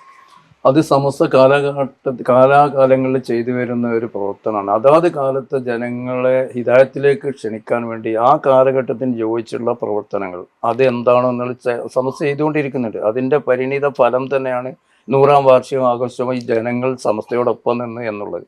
പുതിയ കാലഘട്ടത്തിലേക്ക് അനുസൃതമായി ഒട്ടേറെ പദ്ധതികളും പരിപാടികളും ഈ 100ാം വാർഷികത്തിൽ തന്നെ സമസ്ത പ്രഖ്യാപിച്ചിട്ടുണ്ട്. ഇൻഷാ അല്ലാഹ് അതുമായി അതിൻ്റെ കഴിഞ്ഞ കാല പ്രതാപം പോലെ തന്നെ അടുത്ത വർഷത്തിലും അടുത്ത തുടർന്നുള്ള വർഷങ്ങളിലൊക്കെ സമസ്തയുടെ പ്രസിഡന്റിനെയും മറ്റ് നേതാക്കളുടെയും സാദാത്യങ്ങളെയും ഒക്കെ നേതൃത്വത്തിൽ സമസ്ത മുമ്പോട്ട് പോവുക തന്നെ ചെയ്യും. പുതിയ ജനറേഷനും സമസ്തയോടൊപ്പം ഉണ്ട് എന്നുള്ളതിനാണ് സമസ്തയുടെ ഇതുവരെയുള്ള പ്രവർത്തനങ്ങൾ സാക്ഷ്യപ്പെടുത്തുന്നത്. അതുപോലെ തന്നെ നമ്മൾ ഈ കുനിയയിലേക്ക് സമ്മേളനം പോകാനുണ്ടായ കാരണം എന്താ? കാരണം സാധാരണ ഇതിൽ കോഴിക്കോട് മലപ്പുറം ഒക്കെയാണ് ഇത്തരം സമ്മേളനങ്ങൾക്കൊക്കെ പലപ്പോഴും വരാറുള്ളത്. കുനിയ എന്ന് പറഞ്ഞ ഒരു ഗ്രാമമാണ്. ഇപ്പൊ ആലപ്പുഴ സമ്മേളനം എന്ന് പറയുമ്പോൾ അവിടെ ബീച്ചാണ്, കൊല്ലത്ത് മൈതാനമാണ്. പക്ഷെ ഇവിടെ ഒരു ഗ്രാമത്തിലേക്കാണ് നമ്മൾ വരുന്നത്. അത് പിന്നെ ഗ്രാമങ്ങളിൽ മുമ്പ് ഉണ്ടായിട്ടുണ്ട് സമ്മേളനങ്ങൾ. പക്ഷെ ഇത്രയും ഒരു വലിയൊരു സമ്മേളനം അന്നത്തെ കാലത്ത് വലുതായിരുന്നത് അന്നിപ്പോ മോളൂർ അങ്ങനെ പല സ്ഥലത്തും കക്കാട് അങ്ങനെ അതൊക്കെ ഗ്രാമങ്ങളിൽ നിന്ന് ഫറോക്ക് അതൊക്കെ ഗ്രാമങ്ങളിൽ നിന്നാണ്. അപ്പൊ ആ ഗ്രാമങ്ങളിൽ മുമ്പ് ഉണ്ടായിട്ടുണ്ട്. അപ്പൊ ഗ്രാമങ്ങളിലേക്ക് എന്ത് വന്നു എന്നുള്ളതല്ല. കുനിയ എന്ന് പറഞ്ഞ പ്രദേശം അത് ഗ്രാമമാവട്ടെ പട്ടണമാവട്ടെ അവിടേക്ക് വരാനുള്ള കാരണം എന്ന് പറഞ്ഞാൽ ഇത് എവിടെ നടത്തണം എന്നുള്ളത് ഒരുപാട് ദീർഘമായ ചർച്ചകൾ പല മുഷാവറിലും നടന്ന് പലരെയും സ്ഥലം നോക്കാനൊക്കെ ഏൽപ്പിച്ചതാണ്. അങ്ങനെ പലരും പല സ്ഥലത്തും പോയി പല സ്ഥലങ്ങൾ പറയുമ്പോൾ അതിന് എന്തെങ്കിലും ഇത് തകരാറ് പിന്നെ ആ പറഞ്ഞവർ തന്നെ പറയും, അല്ലെങ്കിൽ വേറുള്ളവർ പറയും അവിടെ പറ്റില്ല. അങ്ങനെയാണ് പിന്നെ നമ്മൾ പിന്നെ കാസർഗോഡ് ജില്ലയിൽ ഇതിനെപ്പറ്റി അന്വേഷിക്കാൻ വേണ്ടി നിന്നപ്പോൾ കാസർഗോഡ് നിന്നുള്ള ചില ആളുകൾ ഇപ്പോൾ നമ്മുടെ ഈ ബ്രൈനാജി ഇംബായിച്ച എന്ന് പറഞ്ഞ ബ്രൈനാജി അയാളും നമ്മളെ എൻജിനീയർ ഷെരീഫും അവരെന്നോട് വന്ന് പറഞ്ഞു ഇവിടെ ഇങ്ങനെ സ്ഥലമുണ്ട്, നമ്മളെ പിന്നെ ഷാർജ ബ്രൈനാജിൻ്റെ സ്ഥലങ്ങളൊക്കെ ഉണ്ട്, അവിടെ അത് നടത്താൻ പറ്റും, എത്ര ലക്ഷങ്ങൾ ആളുകൾ ഉൾക്കൊള്ളും എന്നൊക്കെ പറഞ്ഞപ്പോൾ നമ്മളത് ഞാൻ മുഷാവറിയിൽ അവതരിപ്പിച്ചു. മുഷാവറിൽ നിന്ന് എല്ലാവരും പോയി കണ്ടു. സമിതി വെച്ചു. അങ്ങനെ പലരും പോയി കണ്ട് പിന്നെ അത് പറ്റുമെന്നുള്ളത് അധികം ഉസ്താദന്മാർക്കും അങ്ങനെ തന്നെ അഭിപ്രായം ഇല്ലാത്ത ചില ആളുകളുണ്ടായിട്ടുണ്ടാവാം. അങ്ങനെയാണ് അവിടെ തീരുമാനിച്ചത്. അപ്പം അതൊരു ഇലാഹി ആയ ഒരു നിയോഗം എന്ന് അതിനെപ്പറ്റി പറയാൻ പറ്റുള്ളൂ, മനസ്സിലായില്ലേ? പിന്നെ മറ്റേ ഷാർജ ഇബ്രാഹിനാജി മൂപ്പര് വലിയ സുന്നത്ത് ജമാഅത്തുള്ള ആളാണ്, മനസ്സിലായില്ലേ? സുന്നത്ത് ജമാഅത്തിൻ്റെ ആ ആദർശങ്ങളിൽ ശക്തമായി വിശ്വസിക്കുന്നതായവരാണ് അദ്ദേഹം. അപ്പോൾ അദ്ദേഹത്തിനക്ക് സമസ്ത കേരള ജമിയത്തുൽ ഉലമ പോലത്തെ ഒരു സംഘടനയുടെ സമ്മേളനം അവിടെ വെച്ച് നടത്തുകയെന്ന് നമ്മൾ മൂപ്പരോട് സംസാരിച്ചപ്പോൾ മൂപ്പര് പറഞ്ഞു അവിടെ നടത്തിക്കോളി എന്ന് പറഞ്ഞു. അപ്പോൾ അതിന് വേണ്ട എല്ലാ സൗകര്യങ്ങളും അവിടെ ചെയ്യേണ്ടതൊക്കെ മൂപ്പര് ചെയ്തു തന്നു, മനസ്സിലായില്ലേ? അവിടെ നമ്മളെ നികത്തി ആ സ്ഥലങ്ങളൊക്കെ അതിനൊന്നും സമസ്തയിൽ നിന്ന് ഒരു പൈസ അതിന് കൊടുത്തിട്ടില്ല. നമ്മളെ ഈ ക്യാമ്പ് അവിടെ തന്നെ വലിയ കുന്നൊക്കെ അവിടെ എത്രയോ ദിവസങ്ങൾ മൂപ്പര് സ്വന്തം JCB വരെ വാങ്ങിയിട്ടാണ് അവിടെ പണി നടത്തിപ്പിച്ചത്. അങ്ങനെ എല്ലാം. പിന്നെ നമ്മൾ പന്തൽ നമ്മൾക്ക് ചിലവാകുമല്ലോ, അപ്പോൾ പന്തൽ നമ്മളിട്ടു. ബാക്കി അവിടെയുള്ള മറ്റുള്ള ബാഹ്യമായി ഇരിക്കേണ്ട സംഗതികളൊക്കെ അതുപോലെ ഒരു ഭീമമായ സംഖ്യ മൂപ്പർക്കും ചിലവായിട്ടുണ്ട്. പിന്നെ ഭക്ഷണം, ഈ വന്ന ആളുകൾക്കൊക്കെ ഉള്ള ഭക്ഷണം അത് നമ്മൾ അറിഞ്ഞിട്ടില്ല, അത് അവരെ വകയാണ് കൊടുത്തിട്ടുള്ളത്. ആരെ ഇബ്രാഹിനാജിൻ്റെ വക. ഈ നമ്മുടെ പല സമ്മേളന റിപ്പോർട്ടുകൾ നമ്മൾ സുപ്രാത്തിലൂടെ ഇങ്ങനെ ടെലികാസ്റ്റ് ചെയ്തുകൊണ്ടിരിക്കുമ്പോൾ പല ആളുകളും ചോദിച്ചൊരു ചോദ്യമുണ്ട്, ഈ സമ്മേളനത്തിൽ എന്ത് ഇബ്രാഹിം ഹാജി വരാത്തത്, എന്തേ അദ്ദേഹത്തെ കൊണ്ടുവരാൻ നിർബന്ധിച്ച അദ്ദേഹം വരില്ലായിരുന്നു? അതൊന്നും നിർബന്ധിക്കാത്തതൊന്നും കൊണ്ടൊന്നല്ല. അദ്ദേഹം പിന്നെ അങ്ങനെ നമ്മൾ നിർബന്ധിച്ചാലും വരുന്ന ഒരാളല്ല മൂപ്പര്. ഇപ്പം ചില ആളുകൾ അങ്ങനെയുള്ള അവർ ഈ പരസ്യമായിട്ട് ഫേസ് ചെയ്യാനും ചിലപ്പോൾ ഇഷ്ടപ്പെടില്ല. ആ മൂപ്പര് ബിസിനസ്സും ഇതൊക്കെ ആയിട്ട് ഒതുങ്ങിക്കൊണ്ടിട്ടാണ്. ആ മൂപ്പര് ഈ 2-3 മാസം മൂപ്പര് കോളേജിനോട് ബന്ധപ്പെട്ട പല കാര്യങ്ങളൊക്കെ ഉണ്ടായതുകൊണ്ട് മൂപ്പര് ഇവിടെ തന്നെയാണ്. അങ്ങനെയാണ് നമ്മൾ ആദ്യത്തെ പരിപാടി കാൽനാട്ടിൽ. അതിന് മൂപ്പര് അന്ന് വിളിച്ചപ്പോൾ മൂപ്പര് വരാൻ സന്നദ്ധനായില്ല. പിന്നെ ഞാൻ നിർബന്ധിച്ച് വിളിച്ചു കൊടുത്തതാണ്. അങ്ങനെ മൂപ്പര് നമ്മളെ സമ്മേളനത്തിൻ്റെ ഒരു ആഴ്ച മുമ്പ് 2 ആഴ്ച മുമ്പാണ് മൂപ്പർക്ക് അവിടെ ബിസിനസ്സുപരമായുള്ള വലിയ വലിയ ലോകമാണല്ലോ. അപ്പോൾ അവിടെ മൂപ്പര് ആവശ്യത്തിന് വേണ്ടി പോകേണ്ടി വന്നത്. പിന്നെ മൂപ്പർക്ക് ഇതിന് വരാൻ കഴിഞ്ഞില്ല. അത് മൂപ്പര് ആദ്യം തന്നെ പറഞ്ഞിട്ടുണ്ട്, ഞാൻ സൗകര്യപ്പെട്ടാലേ വരുള്ളൂ. പിന്നെ മൂപ്പർക്ക് ഈ ആളുകളെ പോയി നമ്മളെ മൂപ്പർക്ക് ഒരു പേയ്മെൻറ്റ് കൊടുക്കണം എന്നൊക്കെ ഉദ്ദേശിച്ചതാണല്ലോ. അത് ഞാൻ ആളുകളെ മുന്നിൽ നിന്ന് വാങ്ങേണ്ടൊന്നും മൂപ്പര് അത്ര താല്പര്യമില്ല ആ വിഷയത്തിൽ. അപ്പോൾ അതാണ് ഏറ്റവും വലുത്. മൂപ്പര് പിന്നിൽ നിന്നുകൊണ്ട് എല്ലാം ചെയ്തു തരാമെന്നുള്ളത് മനസ്സിലായി. അപ്പോൾ നിങ്ങൾക്ക് മനസ്സിലാക്കാമല്ലോ, മൂപ്പര് ഒരു സ്വന്തം വ്യക്തിത്വം പിന്നെ ജനങ്ങളിൽ അറിയിക്കപ്പെടാൻ വേണ്ടിയോ അല്ലെങ്കിൽ ഒരാളാവാൻ വേണ്ടിയോ അല്ലെങ്കിൽ മറ്റെന്തെങ്കിലും ഉദ്ദേശത്തോടു കൂടിയല്ല ഇതൊന്നും ചെയ്തു തന്നിട്ടുള്ളതെന്ന്. അള്ളാഹുവിൻ്റെ വചനം മാത്രം ഉദ്ദേശിച്ചുകൊണ്ടിട്ട് അതോടൊപ്പം ദീനിയായ ഒരു വലിയ സംഘടനയാണെന്ന് മനസ്സിലാക്കിക്കൊണ്ട് യഥാർത്ഥ ദീനിൻ്റെ ആ പിന്നെ കാര്യങ്ങൾ ഇവിടെ നിലനിർത്തി പോരേണ്ട, അതിനിവിടെ സംരക്ഷിച്ചു പോരേണ്ട ഒരു സംഘടനയാണെന്ന് മനസ്സിലാക്കിയത് കൊണ്ട് മാത്രമാണ് മൂപ്പര് ഇതിനെന്തായിട്ടുള്ളത് ചെയ്തു തന്നിട്ടുള്ളത്. റഷീദ്, ആ കാൽനാട്ടിൽ കർമ്മത്തിൽ തന്നെ അയാൾ പങ്കെടുത്ത് നാട്ടുകാർ പറഞ്ഞത് അയാൾ എവിടെയും അപ്പൊ തങ്ങള് വിളിച്ചതുകൊണ്ട് തങ്ങളോടുള്ള ആ ബന്ധം കൊണ്ട് മാത്രമാണ് അയാള് വന്നതെന്നുള്ളത്. അങ്ങനത്തെ ഒരു മനുഷ്യനാണ് താങ്കൾ പറഞ്ഞ മതി. അല്ല, അത് അയാൾക്കുള്ള ഏറ്റവും വലിയ ക്വാളിറ്റി ഉള്ളൂ. ഇത്ര വലിയ എല്ലാം മൂപ്പർ അവിടെ എല്ലാ സൗകര്യങ്ങളും ചെയ്തു തരാം. ഇതിന് എന്നാൽ മൂപ്പർക്ക് പറഞ്ഞോളൂ, എനിക്ക് അതിൽ വലിയൊരു സ്ഥാനമാണെന്ന് മൂപ്പർ പറഞ്ഞു. ആളാൻ വരാത്തത് അയാളെ പറ്റി അയാൾ വലിയ മനുഷ്യനാണെന്നല്ലേ നമ്മൾ മനസ്സിലാക്കേണ്ടത്. അദ്ദേഹം കുറെ ഭൂമി സമസ്തക്ക് ദാനം തന്നു. എന്താണ് അത് മൂപ്പര് സമസ്തക്ക് ഇതല്ല, ഞാൻ അന്ന് അവിടെ നിന്ന് പറഞ്ഞല്ലോ നിങ്ങൾക്ക് തരാമെന്ന് എന്നോട് പറഞ്ഞു. അപ്പം ഞാൻ പറഞ്ഞു എനിക്കിങ്ങനെ ഭൂമി വാങ്ങണയോ ആ ഭൂമിയിൽ വിദ്യാഭ്യാസ സ്ഥാപനം ഉണ്ടാക്കുന്ന പണിയൊന്നും എനിക്കില്ല, എനിക്കതിനൊരു കഴിയൂലേനും. എനിക്കിങ്ങനെ എല്ലാവരും അടുക്കളയിൽ പോയി ഇരുന്ന് കാണുന്ന പിരിവ് വാങ്ങിക്കൊണ്ടിരുന്ന പരിപാടിക്കൊന്നും എനിക്ക് കഴിയൂല. അപ്പം എനിക്കതിനൊന്നും കഴിയൂല, ഞാൻ അതുകൊണ്ട് എനിക്ക് വേണ്ടാന്ന് പറഞ്ഞു. അവനോട് നിങ്ങൾ നിയന്ത്രണത്തിലായിക്കൊണ്ട് എന്തെങ്കിലും നടത്താൻ കഴിയുന്നു അത് വേണമെങ്കിൽ ചെയ്യാമെന്ന് പറഞ്ഞു. അന്ന് ഞങ്ങൾ സമസ്തൻ്റെ ഏറ്റവും നല്ലൊരു സംവിധാനമാണ് SNAC എന്നുള്ളത്.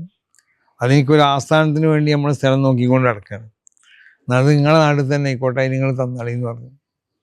അപ്പോൾ SNACക്ക് വേണ്ടി തരാം. ഇപ്പം അതിനെ പറ്റിയാണ് ഇപ്പം ഇങ്ങനെ ധൃതി വിട്ടുകൊണ്ടിരിക്കുകയാണ്. അവിടെ നമുക്ക് അതിൻ്റെ ആ പരിപാടി തുടങ്ങണ്ടേ ഈ പരിപാടി തുടങ്ങണ്ടേ എന്നൊക്കെ പറഞ്ഞിട്ട് അദ്ദേഹം പറഞ്ഞു. അതിലൊരു വലിയ പള്ളി യൂസുഫ് അലി സാഹിബ് ഏറ്റിട്ടുണ്ട്, മനസ്സിലായില്ലേ. അപ്പോൾ യൂസുഫ് അലി സാഹിബും തിരക്ക് കൂടിക്കൊടുക്കുകയാണ്, വേഗം അത് തുടങ്ങണം പള്ളിൻ്റെ പണി എന്നൊക്കെ പറഞ്ഞിട്ട്. അതുപോലെ നമ്മുടെ ഏറ്റവും വലിയ അസറ്റാണ് നമ്മുടെ വിക്കായ, ആമില, തൊലബ, അങ്ങനെ നമ്മുടെ ആ ഒരു ടീമുണ്ട്. ശരിക്കും അവർക്ക് ഈ ഒരു സമ്മേളനം കാണാനോ അല്ലെങ്കിൽ ഒന്നും പറ്റൂല. ശരിക്കും ഈ സമസ്തയുടെ നമ്മുടെ സന്ദേശയാത്ര പോകുന്ന സമയത്ത് അവരുടെ ഒരു ഞങ്ങൾ ഏറ്റവും സുപ്രഭാതം ഞങ്ങൾ ആദ്യം പോകുന്ന ആളുകളാണ്. കാരണം ഞങ്ങൾ എവിടെയും എപ്പോഴും പോകും. പക്ഷെ നമ്മളൊരു വളവ് കഴിയുമ്പോൾ അവരവിടെ കാണും, അവിടെ ഗതാഗതം കുറച്ചുകൂടി മുന്നോട്ട് പോകുമ്പോൾ അവിടെയും അവരെ ഉണ്ടാവും. അപ്പൊ ഇവരുടെ ഒരു പ്രവർത്തനം അത് ഏറ്റവും വലിയ പ്രവർത്തനമാണത്. ഏറ്റവും വലുതെന്ന് പറഞ്ഞാൽ അതിനിപ്പോൾ വിവരിക്കാൻ വാക്കുകളില്ല. കാരണം അത്ര അധ്വാനങ്ങളാണ് ഈ കുട്ടികളൊക്കെ ചെയ്തുകൊണ്ടിരിക്കുന്നത്. അധ്വാനങ്ങൾ എന്ന് പറഞ്ഞാൽ അവരെ ശരീരം പണയം വെച്ചുകൊണ്ടാണ് അവർ ഓടുന്നതും. അവർക്ക് നമ്മളൊന്നും മാതിരിയല്ല, നമുക്കൊക്കെ പിന്നെ ഉറങ്ങാലോ, അവർക്ക് ഉറക്ക് വരെ ആ ദിവസങ്ങളുണ്ടായില്ല. അവർക്ക് ഭക്ഷണം കിട്ടുമെന്നുള്ളത്, അവർ വെയിലത്തൊക്കെ നിൽക്കുന്നത് കാണുമ്പോൾ നമ്മൾക്കൊക്കെ നമ്മൾ AC വണ്ടിയിൽ പോകുമ്പോൾ വെള്ളം കുടിച്ചു പോകുമ്പോൾ ഞാൻ മാഷോട് പലപ്പോഴും പറഞ്ഞു, നമ്മളെ ഈ കുട്ടികളൊക്കെ അവർക്ക് എന്തെങ്കിലും വെള്ളം അതൊക്കെ കിട്ടുന്നുണ്ടെന്നൊക്കെ. മാഷൊക്കെ സംവിധാനമുണ്ട്, എന്നാലും അവർ വെയിലും നിൽക്കണ്ടേ. അപ്പോൾ ആ നിലക്ക് വളരെ ആത്മാർത്ഥതയോടുകൂടി ഈ സംഘടന മാത്രം തോളിലേറ്റിക്കൊണ്ടിട്ട് അല്ലെങ്കിൽ അതിൻ്റെ ഉള്ളിലേക്ക് ഇറക്കി പ്രദർശിച്ചുകൊണ്ട് അള്ളാഹുവിൻ്റെ വജീന് വേണ്ടി മാത്രം പ്രവർത്തിക്കണ പ്രവർത്തനക്കാരാണ് അവർ. അവരുടെ പ്രവർത്തനം എന്നും നമുക്ക് ആവശ്യമാണ്. ഞാനതാണ് പറഞ്ഞത്, അന്ന് പ്രസംഗത്തിലും പറഞ്ഞിട്ടുണ്ട്, അവരെ ചെറുതാക്കി കാണാൻ. കാരണം അവരോട് തട്ടിക്കയറിയവരുടെ അവർ ചില സമയത്ത് ഞാൻ അവരോട് പറഞ്ഞിരുന്നു, എന്നെ ആണെങ്കിലും നിങ്ങൾ തടുക്കണം തന്നെ. സ്റ്റേജിൽ വരുമ്പോഴേ കേരള രേഖ ഉണ്ടെങ്കിൽ എന്നെ കയറ്റിയാൽ മതി എന്ന് പറഞ്ഞത്, മനസ്സിലായില്ലേ. അല്ലെങ്കിൽ എന്നെ കയറ്റണ്ട. അതാണ് ഞാൻ അവരോട് പറഞ്ഞത്. അവരെല്ലാം അങ്ങനെ എന്നിട്ടും രേഖയില്ലാത്തവരും കയറാൻ അർഹതയില്ലാത്ത പലരും എന്താക്കി കയറി കൂടി, മനസ്സിലായില്ലേ. അവരൊക്കെ ചിലർ ഇവരെ ഈ വിക്കായ വളണ്ടിയന്മാർ മറ്റും ശകാരിച്ചുകൊണ്ട് അവരെ കയർത്തുകൊണ്ടൊക്കെയാണ് കയറി കൂടി. അവരെ ചില ദേവോപതം ഏൽപ്പിച്ചവരുണ്ട്, ഇവരങ്ങോട്ടൊന്നും ചെയ്തിട്ടില്ല. അപ്പോൾ അതൊക്കെ പറഞ്ഞാൽ പിന്നെ റസൂലുള്ളാഹിൻ്റെ സ്വഭാവങ്ങളെന്ന് ദേഷ്യങ്ങളെന്നുണ്ടെങ്കിലോ ക്ഷമിക്കുക, മറ്റുള്ളവരോട് എന്താക്കിക്കള, അവരേക്കൊന്ന് എന്ത് തെറ്റോ പിന്നെ നന്മ കൊണ്ട് തീരുമാനത്തെ എടുക്കുക എന്ന് പറഞ്ഞല്ലോ. ഇസ്ലാമിൻ്റെ ഒരു തത്വമല്ലോ, ആ തത്വം അനുസരിച്ച് അത് പൂർണ്ണമായി പ്രവർത്തിക്കുന്ന കുട്ടികളാണ് അവർ. അപ്പോൾ എന്നും അവരെ പ്രവർത്തനം അത് പ്രശംസനീയവും അത് പിന്നെ അംഗീകരിക്കപ്പെടേണ്ടതും അവർക്ക് വേണ്ട എല്ലാവിധ പ്രോത്സാഹനം. വിഹായ വണ്ടികൾ മരിച്ചു, ഞാൻ അന്ന് പോകാൻ കഴിഞ്ഞില്ല, ഇത് പിറ്റേന്ന് അവിടെ പോയി. ചെറിയ കുട്ടികളുള്ളത്, അവന് ഒരു 30-34 വയസ്സായിട്ടുള്ളൂ, ജംഷീർ. അപ്പം അവനിക്കിപ്പോൾ SKSF ഒരു വീടെടുത്ത് കൊടുക്കാമെന്ന് പറഞ്ഞിരുന്ന അതിൻ്റെ കടം നടക്കുന്നുണ്ട്. മനസ്സിലായി. അപ്പം അതൊക്കെ എന്ന് പറഞ്ഞാൽ ഇതുമായി കൊണ്ട് ബന്ധപ്പെട്ട് പ്രവർത്തിക്കുമ്പോൾ അപ്പോൾ ഇതിനൊന്നും വേണ്ടി പ്രവർത്തിച്ചതിനാവൂലല്ലോ ഇതൊന്നും. അവന് ഇങ്ങനെ എന്തെങ്കിലും സഹായം കിട്ടാൻ വേണ്ടി മരിച്ചതുമല്ലല്ലോ. അവൻ്റെ അവധി വന്നപ്പോൾ അവൻ മരിച്ചുപോയി. പിന്നെ മോനെ സഹായിക്കുക, അവൻ്റെ കുടുംബത്തിനെ സഹായിക്കുക എന്നുള്ളത് നമ്മളെ നിർബന്ധമായ ഒരു ബാധ്യതയാണ്. ഇനി അത് മരിക്കാത്തവരാണ് നിൽക്കുക, എന്നാലും ഇങ്ങനെ പ്രയാസപ്പെടുന്ന പലരും ആ കൂട്ടത്തിലുണ്ടാവും. അവർക്കും വേണ്ടതൊക്കെ നമ്മൾ ചെയ്തു കൊടുക്കണം. അവർക്കാണ് നമ്മൾ ചെയ്തു കൊടുക്കേണ്ടത്. സമസ്തയുടെ ജമീയത്തിലും അതിനെപ്പറ്റി ആലോചിച്ചു കൊണ്ടിരിക്കുകയാണ്. നമ്മളങ്ങനത്തെ ജക്കാതിൻ്റെ പ്രവർത്തകർ, അവർക്കൊക്കെ എന്ത് ചെയ്തു കൊടുക്കാൻ നമുക്ക് കഴിയും? അതിനെങ്ങനെ ഒരു വലിയൊരു ഫണ്ട് ഉണ്ടാക്കിയിട്ട് അവർക്കൊക്കെ എന്തെങ്കിലും അവർ ഒന്നും വാങ്ങാതെയുള്ള ഇപ്പോൾ ഈ പ്രവർത്തിക്കുന്നത്. അപ്പോൾ അവർക്ക് എന്താ നമ്മൾ ചെയ്തു കൊടുക്കാൻ കഴിയുക? അതിനെപ്പറ്റി ആലോചിച്ചു കൊണ്ടിരിക്കുകയാണ്. അതുപോലെ സന്ദർഭോചിതമായിട്ടൊരു ചോദ്യം പെട്ടെന്ന് മനസ്സിൽ വന്നത്, ഇപ്പൊ മദ്രസയൊക്കെ തുറക്കാനിരിക്കുകയാണ്. ഇപ്പം പല ഉസ്താദുമാരുടെയും ജോലി സംബന്ധമായിട്ടുള്ള ഭീഷണികളൊക്കെ നേരിട്ടുകൊണ്ടിരിക്കുന്ന ഒരു സന്ദർഭമൊക്കെ ഉണ്ട് ചില ഇടങ്ങളിലെങ്കിലും. ചില ആളുകളൊക്കെ ഉണ്ടാവും, മനസ്സിലായില്ലേ? അത് ചില പ്രത്യേക താല്പര്യത്തിനനുസരിച്ച് ഉസ്താദന്മാരെ പേടിപ്പിക്കാന്നൊക്കെ ചിലർ വിചാരിക്കുന്നുണ്ടെങ്കിൽ അതങ്ങനെ പേടിപ്പിക്കാൻ വേണ്ടി അത് വിചാരിക്കും വേണ്ട, ശ്രമിക്കും വേണ്ട. കാരണം നാട്ടിൽ ഇവരെ പോലത്തെ ഒരു വിങ് വേറെ ഉണ്ടാവുമല്ലോ. അപ്പം അത് അവർ ശ്രദ്ധിക്കുമല്ലോ. അപ്പം അങ്ങനെ ചില സ്ഥലത്തൊക്കെ പിരിച്ചുവിടലുണ്ടായിട്ടുണ്ടാവാം. അതിന് പല കാരണങ്ങളും പറയുന്നുണ്ടാവും. ചിലപ്പോൾ കുറേ കാലം ഇവിടെ നിന്ന മൂല്യരാണെന്ന് പറയും, ഞാനൊന്ന് മാറി പിടിച്ചോട്ടെ എന്ന് പറയും. അങ്ങനെ നല്ല വാക്കുകൾ പറഞ്ഞിട്ടാണ് ഈ കാലം പിരിച്ചു വിടേണ്ടത്. മനസ്സിലായില്ലേ? അല്ല അപ്പോൾ സമസ്തക്കാരനായതുകൊണ്ട് പിരിച്ചുവിടുമോ? സമസ്തയുടെ മദ്രസന്ന് സമസ്തക്ക് വേണ്ടി പ്രവർത്തിച്ചുകൊണ്ടും പിരിച്ചുവിടില്ലല്ലോ. അപ്പോൾ പിരിച്ചുവിടാൻ പറ്റുന്ന എന്തെങ്കിലുമൊക്കെ ന്യായങ്ങൾ ഉണ്ടാക്കും, പിരിച്ചുവിടും. അതൊക്കെ സാധാരണയാണ്. അള്ളാഹു സുബ്ഹാനഹു വ തആല അവർ ഇഖ്ലാസോടെ പ്രവർത്തിക്കുമ്പോൾ അള്ളാഹു അവർക്ക് ജോലിയെ പ്രദാനം ചെയ്യും. പിരിച്ചുവിട്ടോടുണ്ടാകുന്ന പ്രയാസങ്ങളൊന്നും അവർക്ക് ഉണ്ടാവില്ല. ചിലപ്പോൾ അതിനേക്കാൾ വലിയ ജോലി കിട്ടും എന്ന് വിശ്വസിക്കുന്നവരാണ് നമ്മൾ. ആ വിശ്വാസം നമ്മൾക്കുണ്ടല്ലോ. നമ്മളിപ്പോൾ ഈ സംസാരിച്ചുകൊണ്ടിരിക്കുന്ന ഒരു സമയം രാഷ്ട്രീയമായി നോക്കുകയാണെങ്കിൽ വളരെ നിർണായകമായിട്ടുള്ളൊരു സന്ദർഭമാണ്. തെരഞ്ഞെടുപ്പ് വരാനിരിക്കുന്നു. സംസ്ഥ രാഷ്ട്രീയമില്ല, കക്ഷിത്വമില്ല എന്ന് സംസ്ഥയുടെ സംഘടന നിലക്ക് രാഷ്ട്രീയം കക്ഷിത്വമൊന്നുമില്ല, അങ്ങനെയുള്ളൂ. സംഘടന എന്നുള്ള നിലക്ക് സംഘടനയുള്ളവരൊക്കെ ഇപ്പോൾ ഇന്ത്യ രാജ്യത്തിലെ പൗരന്മാരല്ലേ, അവർക്ക് വോട്ട് ചെയ്യേണ്ടി വരും. ഒരു ഇഷ്ടപ്പെട്ട പാർട്ടികൾക്ക് വോട്ട് ചെയ്യണം, അതൊക്കെ സംഭവിക്കാം. അപ്പോൾ സമസ്തക്ക് നയമുണ്ട് എന്നതാണ് ഇവിടുത്തെ മതസൗഹാർദ്ദം, ഇന്ത്യ രാജ്യത്തിൻ്റെ പാരമ്പര്യം, ഇന്ത്യൻ്റെ ഭരണഘടന, ഇവിടുത്തെ പിന്നെ മനുഷ്യന്മാർ തമ്മിലുള്ള ഈ സ്നേഹവും സന്തോഷമൊക്കെ അതൊക്കെ നിലനിർത്തുക. ജനാധിപത്യം ഇതൊക്കെ നിലനിർത്താൻ വേണ്ടി പ്രവർത്തിക്കുന്ന പാർട്ടികളൊക്കെ ഇവിടെ അവർക്ക് വേണ്ടി അവർ വിജയിക്കണം, അതാരാണെങ്കിലും. പിന്നെ വിജയവും പരാജയവും ഒക്കെ അങ്ങോട്ടും ഇങ്ങോട്ടൊക്കെ ഉണ്ടാവുമല്ലോ. ഇതിലൊന്നും ഇപ്പോൾ ഇടപെടേണ്ട കാര്യം നമ്മൾക്കില്ലല്ലോ. ഈ രാഷ്ട്രീയമായിട്ട് തങ്ങളെ വിമർശിക്കുന്ന ആളുകൾ പലപ്പോഴും ചോദിക്കുന്നത് മുഖ്യമന്ത്രിയുമായിട്ട് ഭയങ്കര ബന്ധമാണ്. അപ്പം എന്തായാലും മുഖ്യമന്ത്രിയായിട്ട് ബന്ധം ഉണ്ടായതുകൊണ്ട് വിമർശിക്കാൻ പാടില്ല, തെറ്റൊന്നും ചെയ്തിട്ടില്ലല്ലോ. അതൊരു വിമർശനത്തിന് വിധേയമായതല്ല. മുഖ്യമന്ത്രി ഒരു പുരുഷനായി അയാളായിട്ട്, മുഖ്യമന്ത്രി ആണായാലും പെണ്ണായാലും ഒക്കെ ഒരു രാജ്യത്തിൻ്റെ മുഖ്യമന്ത്രി, പ്രധാനമന്ത്രി എന്നൊക്കെയുള്ള നിലക്ക് അവരായിട്ടൊക്കെ നമ്മൾ ബന്ധപ്പെടുമല്ലോ. വിമർശനങ്ങളൊക്കെ എങ്ങനെ സോഷ്യൽ മീഡിയയിലൊക്കെ നടക്കാറുണ്ട്? അതൊക്കെ ഞാൻ ശ്രദ്ധിക്കാറില്ല. എൻ്റെ അടുത്ത് ഈ ചെറിയ ഫോൺ വന്നു, ആരെങ്കിലുമൊക്കെ ധരിപ്പിക്കൂലേ? അല്ല, അത് അപൂർവമായിട്ടേ ഉണ്ടാവുള്ളൂ. ശരി, വല്ലാതെ സഹിക്കാൻ കഴിയാതാവുമ്പോൾ പലരും അവനിങ്ങനെ എഴുതി, മറ്റവനിങ്ങനെ എഴുതി എന്നൊക്കെ പറയും. പിന്നെ ചിലരിപ്പോൾ എഴുതാൻ വേണ്ടി ആളുകളെ പൈസ കൊടുത്ത് ഏൽപ്പിച്ചതാണ്. ഒരു എഴുത്താരെ പിടിച്ച് ചോദിച്ചു നോക്കുമ്പോൾ പറയണത് ഇന്നതിന് പ്രേരിപ്പിക്കുന്നത് 3 ആളുകളാണ്. 2 പിന്നെ 3 ആളുകളുടെ പേരും പറഞ്ഞവൻ. അപ്പം അവന് ഇത് എന്താണെന്ന് വെച്ചാൽ അവനക്ക് ഇങ്ങനെ ഇത് പ്രചരിപ്പിച്ച് അവന് എന്തെങ്കിലും ജീവിതത്തിൽ എന്തെങ്കിലും കിട്ടും, ജീവിക്കണ്ടേ. സംഘടിതമായിട്ട് അങ്ങനെ ഒരു ഗ്രൂപ്പ് ഉണ്ടെന്ന് വിശ്വസിക്കുന്നു. ഉറപ്പല്ലേ, ഒരു കൂട്ടർ അതിനു വേണ്ടി നിൽക്കുന്നുണ്ടല്ലോ. ഇത്തരം അതിനെന്താ സൈബർ എന്തോന്ന് പറയാലോ. അങ്ങനെ പലർക്കും പല സൈബറുകൾ പല രൂപത്തിലാണ് ഇക്കാരം. ഈ സംസ്ഥയുടെ പ്രവർത്തകരെ കൊച്ചാക്കുന്ന രീതിയിലോ അല്ലെങ്കിൽ ഇത്തരം കളിയാക്കലുകളൊക്കെ ഉണ്ടാകുമ്പോൾ സംസ്ഥ വളരെ സംയമനം പാലിച്ചു. അള്ളാഹു സുബ്ഹാനഹു വ തആല ഒരാളെ കൊച്ചാക്കാൻ വേണ്ടി ശ്രമിച്ചാൽ പിന്നെ അവനക്ക് ഏതെങ്കിലും നിലക്കുള്ള ഉയർച്ച കൊടുക്കാൻ ലോകത്ത് ആർക്കും സാധിക്കൂല. അപ്പോൾ അവളെ കൊച്ചാക്കണ്ടേ, അവളെ നിസ്സാരപ്പെടുത്തണ്ടേ, എന്നാൽ പിന്നെ അതിനെ മറികടക്കാൻ ആർക്കും കഴിയില്ല എന്നുള്ളത് അത് ഇസ്ലാമിൻ്റെ ഏറ്റവും വലിയൊരു തത്വമാണത്. ആ തത്വത്തിലാണ് നമ്മൾ വിശ്വസിക്കുന്നത്. ഇപ്പൊ ഈ ജമാഅത്തെ ഇസ്ലാമിയുമായിട്ടുള്ള ബന്ധമാണ് പലപ്പോഴും കേരളത്തില് ഇടതു വലത് അത് ഞാൻ രാഷ്ട്രീയ പറഞ്ഞല്ലോ, അതൊക്കെ ഈ ഓരോ രാഷ്ട്രീയ കക്ഷികളും ആ ബന്ധം കൊണ്ടുണ്ടാവുന്ന വിനയും അതൊക്കെ അവരാണ് വിലയിരുത്തേണ്ടത്. മനസ്സിലായില്ലേ? ഞങ്ങൾ അവരോട് മതപരമായിട്ട് ജമാഅത്തെ ഇസ്ലാമിയായിട്ട് യാതൊരു ബന്ധവുമില്ല. അവരെ എന്നും എതിർക്കണവരാണ് നമ്മൾ. ഒരാശയങ്ങളെ എതിർത്തുകൊണ്ടാണ് ഇപ്പോൾ സമസ്ത ഈ കാലഘട്ടം വരെ നിന്ന് പോയിട്ടുള്ളത്. ജമാഅത്ത് സമസ്ത തന്നെയാണെങ്കിൽ ഇടതായിട്ടും വലതായിട്ടും ഒക്കെ തന്നെ ആഭിമുഖ്യം പുലർത്തുമ്പോൾ അല്ലെങ്കിൽ ഏതെങ്കിലും തരത്തിലുള്ള സമ്പർക്കം പുലർത്തുന്നൊക്കെ ഉണ്ടാവും. അപ്പം അങ്ങനെ പുലർത്തി വരുമ്പോൾ ഇതേ രാഷ്ട്രീയ പാർട്ടികൾ തന്നെ സാമാന്യവൽക്കരിക്കുന്ന രീതി അല്ല. നമ്മൾ രാഷ്ട്രീയ പാർട്ടികളെ ഉപദേശിക്കേണ്ടവരല്ല. മനസ്സിലായില്ലേ? അവർ ഉപദേശിക്കുന്ന പണി നമുക്കില്ലല്ലോ. പക്ഷെ നമ്മൾ പറയലുണ്ട്, നമ്മളോട് വല്ല ഉപദേശവും ആവശ്യപ്പെട്ടാൽ അത് വളരെ നല്ല ഉപദേശങ്ങളൊക്കെ നമ്മൾ നൽകുന്നുണ്ട്. ഇപ്പോൾ ജമാഅത്തെ ഇസ്ലാമി എന്നുള്ളത് അവർക്ക് ഒരു രാഷ്ട്രീയ സംഘടന ഉണ്ട്, വെൽഫെയർ പാർട്ടി. ആ വെൽഫെയർ പാർട്ടി അവർ ഉദ്ദേശിക്കുന്നത് ഏതെങ്കിലും ഒരു മുന്നണിയിൽ അവർക്ക് ഭാഗവെക്കാണെന്ന്. അപ്പോൾ അവരെ ചില മുന്നണി കൂട്ടിയപ്പോൾ സന്തോഷത്തോടുകൂടി അവർ കേൾക്കും. അതിൻ്റെ പിന്നിൽ അവർക്ക് വേറെ ഇനി മതം പ്രചരിപ്പിക്കണം അല്ലെങ്കിൽ പ്രചരിപ്പിക്കണം എന്നുള്ള ലക്ഷ്യമുണ്ടോ ചെയ്യുന്നതൊന്നും നമുക്കറിയില്ല. അപ്പൊ ഇപ്പൊ ഒരു സാമാന്യവൽക്കരിക്കുന്ന രീതിയെ നമ്മളൊരു ഭയത്തോടു കൂടി കാണണ്ടല്ലേ? കാരണം അവരും രാഷ്ട്രീയ പാർട്ടികളെ പോലെ അങ്ങ് വരുന്നു ജമാഅത്തെ ഇസ്ലാമി എന്ന് പറയുമ്പോൾ. അത് നമുക്ക് ഭയമൊന്നുമില്ല. അവർ ഇങ്ങനെ അല്ലാതെ നിന്നിട്ട് നമ്മൾ അവരെ പേടിച്ചിട്ടില്ലല്ലോ ജമാഅത്തെ ഇസ്ലാമിനെ. ഞാൻ രാഷ്ട്രീയക്കാരായി വന്നു നോക്കാം, എന്നാലും നമുക്ക് അവരൊരു പേടിയില്ല.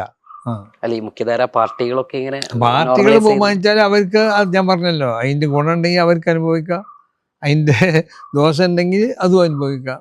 ഇപ്പം സ്ഥാനാർത്ഥികളൊക്കെ പ്രഖ്യാപിക്കുന്ന ഒരു സമയം പലപ്പോഴും ഇപ്പം UDF-നകത്ത് വരികയാണെങ്കിൽ മുസ്ലിം ലീഗിന് കുറച്ചധികം മുസ്ലിം കാൻഡിഡേറ്റുകൾ ഉണ്ടാകും. നേരെ മറിച്ച് CPM-ലെയും കോൺഗ്രസിലെയും മറ്റ് കക്ഷികളിലേക്കും ഒക്കെ നോക്കുമ്പോൾ അത്ര തന്നെ ചിലപ്പോൾ ഉണ്ടായിക്കൊള്ളുന്നില്ല. അപ്പൊ നമ്മൾ ഈ മുസ്ലിം പ്രാതിനിധ്യത്തെ കുറിച്ച് പലപ്പോഴും പറയാറുണ്ട്.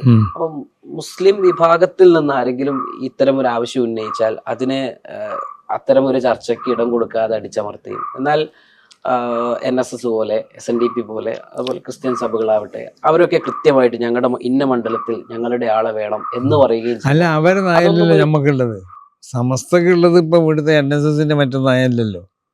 നമ്മൾ ഭൗതികമായി പ്രവർത്തിക്കുന്ന സംഘടനയല്ലല്ലോ, നമ്മൾ ആത്മീയമായിട്ട് ദീനിന് വേണ്ടി പ്രവർത്തിക്കുന്ന സംഘടനയാണ്.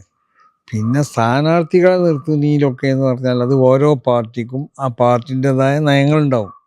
ആ നയങ്ങളും അവർ ഉദ്ദേശിക്കുന്നതായ അവരെ വീക്ഷണങ്ങളും അല്ലെങ്കിൽ ദീർഘവീക്ഷണങ്ങളോ ഒക്കെ ഉണ്ടാവും. അതനുസരിച്ചായിരിക്കും അവർ സ്ഥാനാർത്ഥികളെ പ്രഖ്യാപിക്കുക. അതിന് നമ്മൾക്ക് ഇന്ന ആളെ പ്രഖ്യാപിക്കും. ഇപ്പോൾ കുറേ മുസ്ലിം സ്ഥാനാർത്ഥികൾ എന്നോട് വന്ന് പറഞ്ഞു. എന്നോട് കമ്മ്യൂണിസ്റ്റ് ആരും വന്ന് പറഞ്ഞിട്ടില്ല.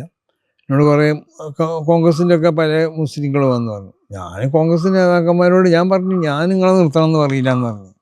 നിങ്ങളൊന്നും എനിക്കറിയില്ല, പിന്നെ എങ്ങനെ നിങ്ങളെ നിർത്തണം എന്നറിയാം? ഞാൻ അറിഞ്ഞാലും പറയില്ല. ഞാൻ ഇത് പറയും, ഇന്ന ആൾ ഇന്ന സ്ഥലത്തുണ്ട്, നിങ്ങൾക്ക് പറ്റുമെങ്കിൽ നിർത്തിക്കോളി എന്ന് പറയും.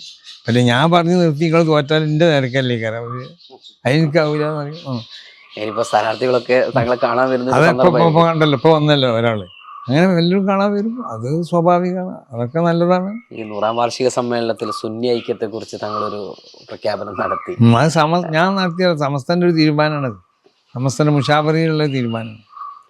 അതുമായിട്ട് മുന്നോട്ട് പോകാന്നുള്ളതല്ല, അവര് പിരിഞ്ഞു പോയാലൊക്കെ തിരിച്ചു വരണമെന്ന് പറഞ്ഞല്ലോ. അതിനിപ്പോൾ ചിലർ പറഞ്ഞ് ഞങ്ങളൊന്നും പിരിഞ്ഞു പോയിട്ടില്ല എന്നാണ്. പിന്നെ ഓലിപ്പോൾ അതിന് മറുപടി പറയുമ്പോണ്ടല്ലോ, ഒരു തിരിച്ചു വരേണ്ട ആവശ്യമില്ല, ഒരിപ്പോൾ ഈ തന്നെ ഉള്ളത്. പിരിഞ്ഞു പോയവരാണ് ഞങ്ങൾ വരണം എന്ന് പറഞ്ഞത്. അപ്പോൾ ചിലർ പറഞ്ഞ് ഞങ്ങൾ പിരിഞ്ഞു പോയിട്ടില്ല, ഞങ്ങൾ ഈ തന്നെ ഉള്ളത്. അല്ല, അവരെ ഉദ്ദേശിച്ചിട്ടാണെങ്കിൽ അവരും വരണ്ടല്ലേ, രണ്ടായിട്ട് നിൽക്കുകയല്ലേ ഇത്. അതെ, അവർ വരണം, അവരല്ലേ തീരുമാനിക്കുക, നമ്മളല്ലല്ലോ. ഇനി സംസ്ഥയുടെ ഒരു അടുത്ത പദ്ധതികളെ കുറിച്ച് നമ്മൾ പറയുമ്പോൾ എന്തൊക്കെയായിരിക്കും ഇനി സംസ്ഥയുടെ അടുത്ത അത് അടുത്ത മുഷാവറയിൽ തീരുമാനിക്കുന്നത്? ഇപ്പം സംസ്ഥയുടെ ഒരു പുതിയ ഹൈവേ വികസനം വന്ന സമയത്ത് നമ്മുടെ നല്ലൊരു ഓഫീസ് നഷ്ടമായി. ഇപ്പോൾ താൽക്കാലികമായ സംവിധാനത്തിലാണ് ഒരു പുതിയ ഓഫീസൊക്കെ വരുമോ മാഷെ? പ്ലാൻ പാസ്സായി. ഇനി അതിന്റെ തുടർ നടപടികളുമായിട്ട് മുമ്പോട്ട് പോവാണ്. വളരെ മനോഹരമായ ഒരു ഓഫീസ്, എല്ലാ കീഴടങ്ങൾക്കും നമ്മളൊരു ഹെഡ് കേന്ദ്രമായിട്ട് അവിടെ അതിനനുസരിച്ച് ഷോപ്പിംഗ് കോംപ്ലക്സ്, അതെ മൊത്തം എത്ര വർഷത്തിനുള്ളിൽ വരുമെന്നാണ് പ്രതീക്ഷിക്കുന്നത്? പ്ലാൻ അപ്രൂവൽ നിങ്ങൾ പറഞ്ഞല്ലോ, മുമ്പ് ചോദിച്ചല്ലോ, ഈ സമസ്ത ഇങ്ങനെ കാലങ്ങൾ മാറുന്നതനുസരിച്ച് എന്ത് ചെയ്തു. ഇപ്പോൾ നമ്മളെ ഓഫീസ് ഇനി വരാൻ പോണ ഓഫീസ് കണ്ടല്ലോ അറിയാം, നമ്മളെ സമ്മേളനം കണ്ടാലും അറിയാം. കാലത്തിനനുസരിച്ച് മുമ്പത്തെ സമ്മേളനം മാറിക്കല്ലോ. പഴയ കാലത്തുള്ള സമ്മേളനം എന്ന് പറഞ്ഞാൽ ഒരു മേയ്ക്കും 2 കാളും ഉണ്ടാവുള്ളൂ. പിന്നെ ഇങ്ങനെ ഓരോ കാലഘട്ടത്തിലും ഇങ്ങനെ വികസിച്ച് വരുന്നതിനനുസരിച്ച് വികസനങ്ങൾ പലരും പറയുന്നുണ്ട്. കാരണം ഈ മൂല്യന്മാരെ സമ്മേളനം അങ്ങനെ ആവും ഞങ്ങൾ വിചാരിച്ചില്ല. എല്ലാ ടെക്നോളജി ഉപയോഗപ്പെടുത്തിക്കൊണ്ട് എല്ലാവർക്കും മാതൃക. ആ ക്യാമ്പൊക്കെ തന്നെ ഭയങ്കര സംഭവമല്ലേ. ആ ക്യാമ്പിലൊക്കെ എല്ലാം പുതിയ ടെക്നോളജി ഉപയോഗപ്പെടുത്തിക്കൊണ്ടാണ് ചെയ്തത്. സമസ്തക്ക് ഒരു പത്രം വേണമെന്ന് പറഞ്ഞപ്പോൾ സുപ്രഭാതം വന്നു. ഒരു ചാനലിന്റെ അതിപ്രസരണം നടക്കുന്ന ഒരു കാലമാണത്. സമസ്തക്ക് ഒരു ചാനൽ വരും. ചാനൽ ഇപ്പൊ നീ ഉണ്ടല്ലോ ഇതിന്റെ ആളായിട്ട്. സുപ്രഭാത ചാനൽ എന്ന് പറഞ്ഞാൽ സമസ്ത ചാനലാണ്. അല്ല, ഒന്നുകൂടി ഒരു അതിന് വേണ്ട എന്താ ഈ പറയാം, നമുക്ക് വേണ്ട മാതിരിക്ക് ചെയ്യാം. ഈ ചാനൽ എന്നൊക്കെ പറയുമ്പോൾ നമുക്ക് ചില അതിർവരമ്പുകൾ ഉണ്ടല്ലോ. ആ അതിർവരമ്പുകൾ വിട്ടുകൊണ്ട് ചെയ്യാൻ പറ്റൂല. അവിടെയാണ് ഇപ്പൊ അതിന്റെ ബുദ്ധിമുട്ട്. ഞാൻ പേഴ്സണലായിട്ട് തങ്ങളൊന്നും വിചാരിക്കരുത്, ഞങ്ങൾ പലപ്പോഴും കൈ കൊടുക്കുന്നില്ല, കൈ മുത്താൻ കൊടുക്കുന്നില്ല എന്നൊരു പരാതി പലരും ചോദിക്കുന്ന ഒരു പരാതിയാണ്. എന്നോട് പലരും പറയും എപ്പോഴെങ്കിലും തങ്ങളോടൊന്ന് ചോദിക്കണം. അതൊന്നുമല്ല, ഞാനിപ്പോ എല്ലാം കൂടി നിൽക്കാണ്. എൻ്റെ കൈ മുത്തിയില്ല എന്നൊക്കെ, എൻ്റെത് മുത്തി. എന്നാലും എല്ലാവർക്കും മനസ്സിലാവും ഈ റാഷിദ് ഭയങ്കര ആളാട്ടോ. ഈ തങ്ങള് അയാളൊന്നുമല്ല, മാസ്റ്റർ വലിയ ആളാണ്, മാസ്റ്റർ മുത്തിയല്ലോ ആളുകൾ. അപ്പം ഞാൻ അത് ഇഷ്ടപ്പെടുന്നു. ഇനി കൈ മുത്തുമ്പോൾ നമ്മൾ വലുതായിട്ട് ആളുകൾ ചിത്രീകരിക്കും, മനസ്സിലായില്ലേ? അപ്പം അങ്ങനെ എന്നെ വലുതായി ചിത്രീകരിക്കണ്ട. അതുകൊണ്ടാണ് ഒന്ന് കൈ പിടിച്ച് മുത്താൻ കൊടുക്കാത്തത്. മറ്റൊന്ന് പറഞ്ഞിട്ടാണെങ്കിൽ ഇങ്ങനെ എല്ലാവരും ഇങ്ങനെ കൈ പിടിച്ച് നല്ലതൊക്കെ തന്നെയാണ്. ആളുകൾക്ക് കൈ പിടിക്കണം, സ്വകാര്യമായിട്ടൊക്കെ ഞാൻ കൊടുക്കലുണ്ടല്ലോ. എൻ്റെ വീട്ടിൽ വന്നവർക്കൊക്കെ ഞാൻ കൊടുക്കലുണ്ട്. വീട്ടിൽ വന്ന് എന്നോട് നിങ്ങളെ കൈ ഒന്ന് മുത്തണം, അവർക്ക് മുത്താൻ കൊടുക്കലുണ്ട്. നിങ്ങളെ കൈ ഒന്ന് പിടിക്കണം എന്ന് പറഞ്ഞവർക്ക് പിടിക്കാൻ കൊടുക്കലുണ്ട്. അങ്ങനെ ഞാൻ കൊടുക്കും.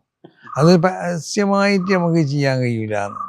ഇപ്പം നമ്മൾ ചെല്ലുമ്പോൾ എല്ലാവരും പറയും ഇങ്ങോട്ട് ഊതി ഊതി ഊതി. ഞാൻ പറഞ്ഞ എനിക്ക് ഊത്തറിയില്ല, ഓത്തേ അറിയുള്ളൂ എന്ന് പറയും. കിതാബ് ഏതേ കൂട്ടില്ല, ഓ ഇത്ര നീക്ക് കഴിയില്ലാന്ന് പറയും. പിന്നെ 2 ദിവസം കഴിഞ്ഞപ്പോൾ അവിടെ 2-3 ആൾക്കാർ വന്നു. അപ്പോൾ അവരിങ്ങനെ അനാഥ ആ ഭാഗത്ത് നിന്ന് വരിക. എന്തിനു വന്ന് വെച്ചാൽ ഞങ്ങൾ ഇന്നലെ ഇവിടെ പള്ളിക്ക് വന്ന് കിടക്കിയെന്ന്. എന്തിനു വന്ന് വെച്ചു 1ാമത്തെ ഊത്തിനാന്ന്. അപ്പോൾ ഞാൻ പറഞ്ഞു 1ാമത്തെ ഊത്തിന് വേണമെങ്കിൽ നിങ്ങൾ 3 ആൾ, ഒരാളല്ലേ ഊതുള്ളൂ, ഇനിയിപ്പോൾ എന്താ ചെയ്യുക? അവസാനം 3 ആൾ തല ഒന്നിച്ച് വെക്കി തന്നെ ഊതി വിട്ടു കൊടുക്കുകയാണ്. നമ്മുടെ അവസാനമായിട്ട് നമ്മുടെ ഈ പ്രവാസി സുഹൃത്തുക്കളൊക്കെ വലിയൊരു വിഷമത്തിലും പ്രയാസത്തിലും നിൽക്കുകയാണ്. യുദ്ധം പൊട്ടിയിട്ടുണ്ട്. ശക്തമായിട്ടാണ് ഇപ്പം ചിലപ്പോൾ കേട്ടതനുസരിച്ച് ചില ബുദ്ധിമുട്ടുകളൊക്കെ ഉണ്ട്. അപ്പോൾ അള്ളാഹു സുബ്ഹാനഹു വ തആല അവർക്ക് സമാധാനം കൊടുക്കട്ടെ. ആ പ്രവാസി ലോകത്തിൽ ഇതിൽ ചെയ്യണവരുണ്ടല്ലോ, അത് ചെയ്യിപ്പിക്കാൻ കാരണക്കാരായവരാരാണോ അവർക്കൊക്കെ അവരുടെ ശരണത്തോടൊക്കെ അള്ളാഹു സുബ്ഹാനഹു വ തആല എല്ലാ പ്രവാസി ലോകത്തിനെയും നമ്മളെ പ്രവാസികളെയും നമ്മളോട് ബന്ധപ്പെട്ട എല്ലാവരെയും അള്ളാഹു കാത്തുരക്ഷിക്കട്ടെ. നമുക്ക് ദുആ ചെയ്യാം. നമ്മൾ അതിനുവേണ്ടി ഖുനൂത്ത് ഓതാൻ പറഞ്ഞതിന് ഒക്കെ അതിൻ്റെ ഒരു ഭാഗമാണ്. ഇപ്പം നോമ്പ് കാലം വളരെ മനോഹരമായിട്ട് തന്നെ, വലിയ ചൂടോ വലിയ മഴയോ ഒന്നുമില്ലാതെ, ഒരു പ്രയാസമോ ഭക്ഷണക്ഷാമോ ഒന്നും ഇല്ലാതെ പോയി. ഞങ്ങൾ ഈ നോമ്പ് കാലത്തൊക്കെ യാത്രകൾ കൂടുതൽ ചെയ്യുമോ? അല്ലെങ്കിൽ ഞാൻ നോമ്പ് കാലത്ത് യാത്ര ചെയ്യാറില്ല അധികം, മനസ്സിലായില്ലേ? നോമ്പ് തന്നെ എപ്പോഴും എൻ്റെ വീട്ടിൽ നിന്ന് തന്നെയാണ് നോമ്പ് തുറക്കലും. പിന്നെ ഇപ്പോൾ ഈ ഒരു നോമ്പുകാരനെ സംബന്ധിച്ചിടത്തോളം ഇപ്പോൾ ഭയങ്കര ചൂടല്ലേ. അപ്പോൾ പലരും നമ്മൾ മുസ്ലിം സുഹൃത്തുക്കളായ പലരും പറയും ഈ ചൂടത്ത് വെള്ളം കുടിച്ചിട്ട് മതിയാവണില്ല, അത്രയും ചൂടാണ്, നിങ്ങളെങ്ങനെ ഒപ്പിക്കണമെന്ന് ചോദിച്ചു.